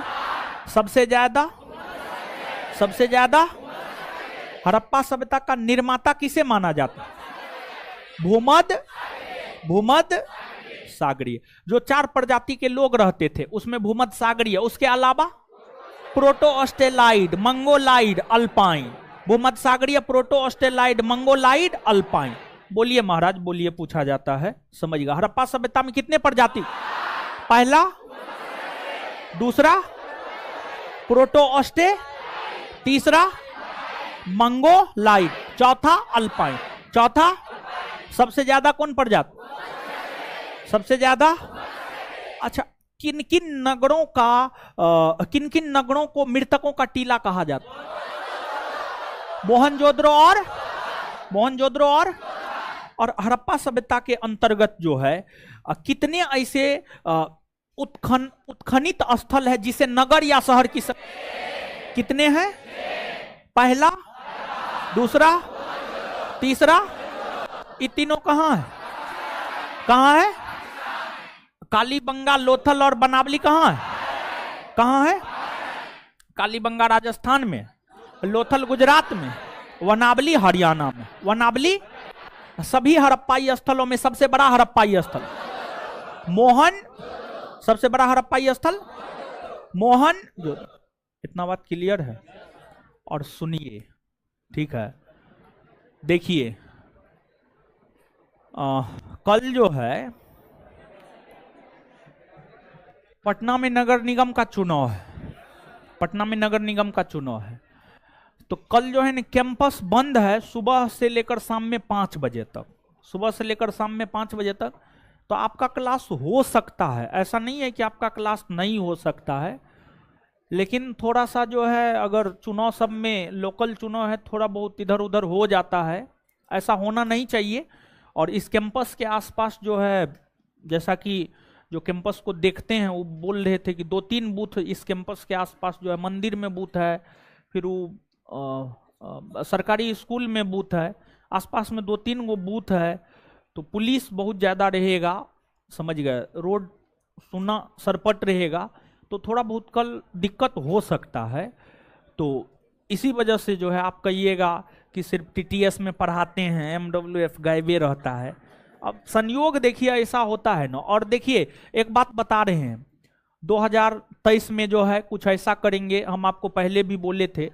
अभी हमारे रूम पर कोई सिस्टम उस्टम नहीं लगा हुआ है कि हम रूम से क्लास ले ले, लेकिन जो है रूम एक फ्लैट मिला है, शिफ्ट कर रहे हैं। विद्यार्थी का इलाका है, समझिए आसे पास में कहीं पर। अब पूरा एड्रेस नहीं देंगे सुरक्षा के दृष्टिकोण से, बहुत तरह का चीज है। तो मिला है एक फ्लैट, तो उसमें जो है देखिए जब भी छुट्टी मिलेगा जल्दी शिफ्ट हो जाएंगे, जल्दी शिफ्ट हो जाएंगे। वहां पर बोर्ड लगा लेंगे तो फिर क्लास में दिक्कत नहीं होगा। जैसे कि कल यहाँ पर ये है, क्या कहते हैं, चुनाव है, तो अगर ऑनलाइन मेरे रूम पे बोर्ड वोर्ड लगा रहता तो हम क्लास आपका करवा देते, लेकिन अभी तो बोर्ड वोर्ड है नहीं, आना तो यहीं पड़ेगा। और एक क्लास नहीं होता फिर कोई क्लास लेने का मन नहीं करता है, जो सही है, समझ गए, पूरा लैब बिगड़ जाता है। तो कल जो है कुल मिलाकर के यही बोलना चाह रहे थे, कल हमको नहीं लगता है क्लास हो पाएगा, ठीक है? अंतिम में पूछते हैं, अब क्लास छूट जाता है तब पूछते हैं। 5 मिनट में कैसे बता दे? देखिए अच्छा ठीक है, शॉर्ट तरीका बता देते हैं, ठीक है? चलिए लोग निकलिए, ठीक है, छुट्टी हो गया, कल छुट्टी रहेगा, कल छुट्टी रहेगा, लोग निकलिए। एक लड़का सवाल पूछा है कि एनसीईआरटी पढ़ने का सही तरीका क्या है, उसी का जवाब दे रहे हैं। जिसको सुनना है सुनिए, निकलना है निकलिए। देखिए शॉर्ट में बता रहे हैं, ठीक है, शॉर्ट में बता रहे हैं। फिर कभी पूछिएगा, थोड़ा सा टाइम रहते हुए पूछते तो थोड़ा विस्तार पूर्वक बता देते। एनसीईआरटी पढ़ने का क्या तरीका होना चाहिए, ठीक है, प्रश्न ये है। इसका सॉल्यूशन शॉर्ट में बता रहे हैं, कभी मौका मिलेगा तो विस्तार पूर्वक भी बता देंगे। एक तो अगर आप चाहते हैं कि इतिहास में पूरा एनसीईआरटी के संदर्भ में बताएं, पूरा एनसीईआरटी, सॉरी, हाँ पूरा एनसीईआरटी के संदर्भ में, तो देखिए है, हाँ क्या है, हाँ सुनिए 1 मिनट। देखिए अगर आप चाहते हैं कि किसी भी विषय में आपकी अच्छी पकड़ हो, किसी भी विषय में, किसी ऑल सब्जेक्ट की हम बात करें, किसी भी विषय में अगर आप अपनी अच्छी पकड़ बनाना चाहते हैं तो आपको एनसीईआरटी का बुक पढ़ना चाहिए। विशेष तौर पर 6 क्लास से लेकर के 12th तक के एनसीईआरटी को पढ़ना चाहिए। अगर आप टीचर बनना चाहते हैं, अगर आप लेक्चरर बनना चाहते हैं, प्रोफेसर बनना चाहते हैं, अगर आप बड़े अधिकारी बनना चाहते हैं, देखिए बड़े अधिकारी आप कब बन पाइएगा? जब मेंस आप क्वालिफाई कीजिएगा अच्छे मार्क से। और मेंस आप अच्छे मार्क से तब क्वालिफाई करेंगे जब आपका लेखन शैली बेहतर होगा। और आपका लेखन शैली जो बेहतर होगा, जब तक आप अच्छे अच्छे पुस्तकों का अध्ययन नहीं किए होंगे तब तक आपका लेखन शैली बेहतर हो ही नहीं सकता है। और एनसीईआरटी सबसे बेहतर बुक मानी जाती है। एनसीईआरटी सबसे बेहतर बुक इस वजह से मानी जाती है क्योंकि एनसीईआरटी कोई एक व्यक्ति नहीं लिखता है, बल्कि बहुत सारे प्रोफेसर, सरकारी प्रोफेसर, जैसे जेएनयू के प्रोफेसर, डीयू के प्रोफेसर, पीयू के प्रोफेसर, यानी भारत के जो टॉप मोस्ट यूनिवर्सिटी है, जेएनयू, एएमयू, फिर जो है बीएचयू, फिर जो है आपको पीयू, डीयू, ये सभी यूनिवर्सिटी के प्रोफेसर मिल करके जो है एनसीईआरटी बुक को लिखते हैं। उसको पढ़ने का सही तरीका यह है कि कुछ एनसीईआरटी में आप देखेंगे कि जो चैप्टर होता है, चैप्टर के ठीक पीछे जो है क्वेश्चन रहता है, ठीक है, क्वेश्चन रहता है। एनसीईआरटी पढ़ने का सबसे बेहतर तरीका मेरे ख्याल से यह है कि आप किसी भी चैप्टर को पढ़ना चाहते हैं तो सबसे पहले उस चैप्टर के पूरा के पूरा प्रश्न को आप पढ़ें और प्रश्न को पूरे आप अपने दिमाग में उतार लें। पीछे में जो प्रश्न रहता है उस प्रश्न को पूरा का पूरा आप अपने दिमाग में उतार ले। उस प्रश्न को 1 बार, 2 बार, 3 बार, जितना बार में आपके दिमाग में सारा प्रश्न आ जाता है उतना बार उस प्रश्न को देखें और उस प्रश्न को देखने के बाद तब आप पढ़ना शुरू करें। समझ गए? क्योंकि अगर आप प्रश्न को ध्यान में रखते हुए चीजों को पढ़ेंगे तो आपको लगेगा हाँ फलना जगह फलना प्रश्न था ना, तो इसका उत्तर ये हो सकता है, इसका उत्तर ये हो सकता है। इसमें होगा कि आपका एनसीईआरटी पढ़ने में रुचि बना रहेगा, लेकिन मान लिया जाए कि आप सीधे एनसीईआरटी उठाए पढ़ना शुरू कर दिए, तो आपको क्वेश्चन का कुछ आइडिया नहीं है, आप एज इट इज पढ़ते जा रहे हैं, तो इसमें आप बोर महसूस करने लगेंगे और बहुत ज्यादा दिनों तक आप एनसीईआरटी नहीं पढ़ पाएंगे। समझ गए? तो एक तरीका हम आपको यह बताए हैं कि क्वेश्चन देखिए और क्वेश्चन के अकॉर्डिंग जो है एनसीईआरटी को पढ़िए, और पढ़ने के साथ साथ जैसे एक पैराग्राफ पढ़े, पैराग्राफ में रहता है एकदम छठा से उठाइएगा तो बच्चा के तरह समझाया हुआ है एनसीईआरटी में, एग्जाम्पल दे दे करके जो है चीजों को समझाया हुआ है। जैसे कि एक पैराग्राफ आप पढ़े, एक पैराग्राफ पढ़े, उस पैराग्राफ में आपको लगता है कि फलना पॉइंट जो है महत्वपूर्ण है, तो एक कॉपी रखिए, ठीक है, फलना पॉइंट महत्वपूर्ण है, तो जैसे एक पूरे पैराग्राफ में आपको लगता है कि ये वाला नहीं, ये वाला नहीं, तीसरा लाइन जो है महत्वपूर्ण है, आपको लगता है अगर, ठीक है। और ये चीज आपको कब लगेगा? जब आप जिस परीक्षा की तैयारी करते हैं उस परीक्षा का क्वेश्चन बैंक आप देखते हैं। समझिए, जैसे आप एनसीईआरटी हिस्ट्री का उठाए हैं और आप बीपीएससी का तैयारी करते हैं, ठीक है, मान करके चलिएगा आप बीपीएससी की तैयारी करते हैं, हिस्ट्री का एनसीईआरटी आपने उठाया है, तो आपका काम यह होना चाहिए कि आज तक बीपीएससी ने इतिहास विषय में जो प्रश्न पूछा है उसको एक बार सरसरी निगाह से देख ले। अगर आप उसको एक बार सरसरी निगाह से इतिहास के प्रश्नों को देख लेते हैं तो फिर होता यह है कि आपके दिमाग में रहता है कि बीपीएससी जो है इस प्रकार से प्रश्न पूछ रहा है। समझिए, बीपीएससी इस प्रकार से प्रश्न पूछ रहा है, मतलब हम ये पॉइंट पढ़ रहे हैं तो हाँ ये महत्वपूर्ण हो सकता है क्योंकि बीपीएससी ने यहां से प्रश्न पूछा है। तो पढ़ने का वास्तविक फायदा जो है आपको तभी हो पाएगा जब क्वेश्चन आपके दिमाग में होगा। समझ गए?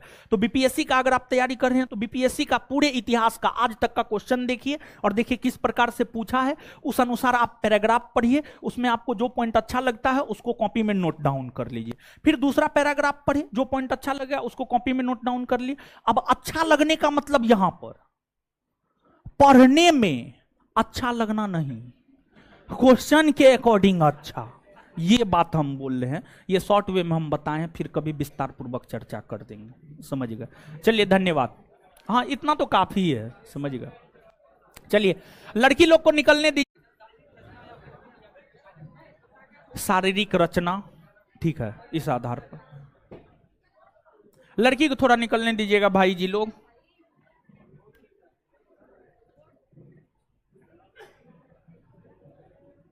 लड़की को निकलने दीजिए, लड़की को निकलने दीजिए, बार बार बोल रहे हैं लड़की को निकलने दीजिए। हाँ देखेंगे बाद में, ठीक है, बाद में देखेंगे। आप लोग काहे हड़बड़ाते हैं? हम देखेंगे ना, हम दिए, हम देखेंगे ना, हड़बड़ाइए नहीं, हड़बड़ाइए नहीं, एकदम नहीं। नया साल में घर भी जा रहे हैं? जाइए महाराज, माँ बाप के पास समय गुजारिए, घर जाइए, सब माँ बाप का चेहरा देख करके आइए, समझे? आप तो पर्सनली घर जाइए, एकदम सोती है। कहाँ घर है लड़की, कहाँ घर है? गार्जियन का नंबर दीजिए, हम बात करते हैं। समझ गए?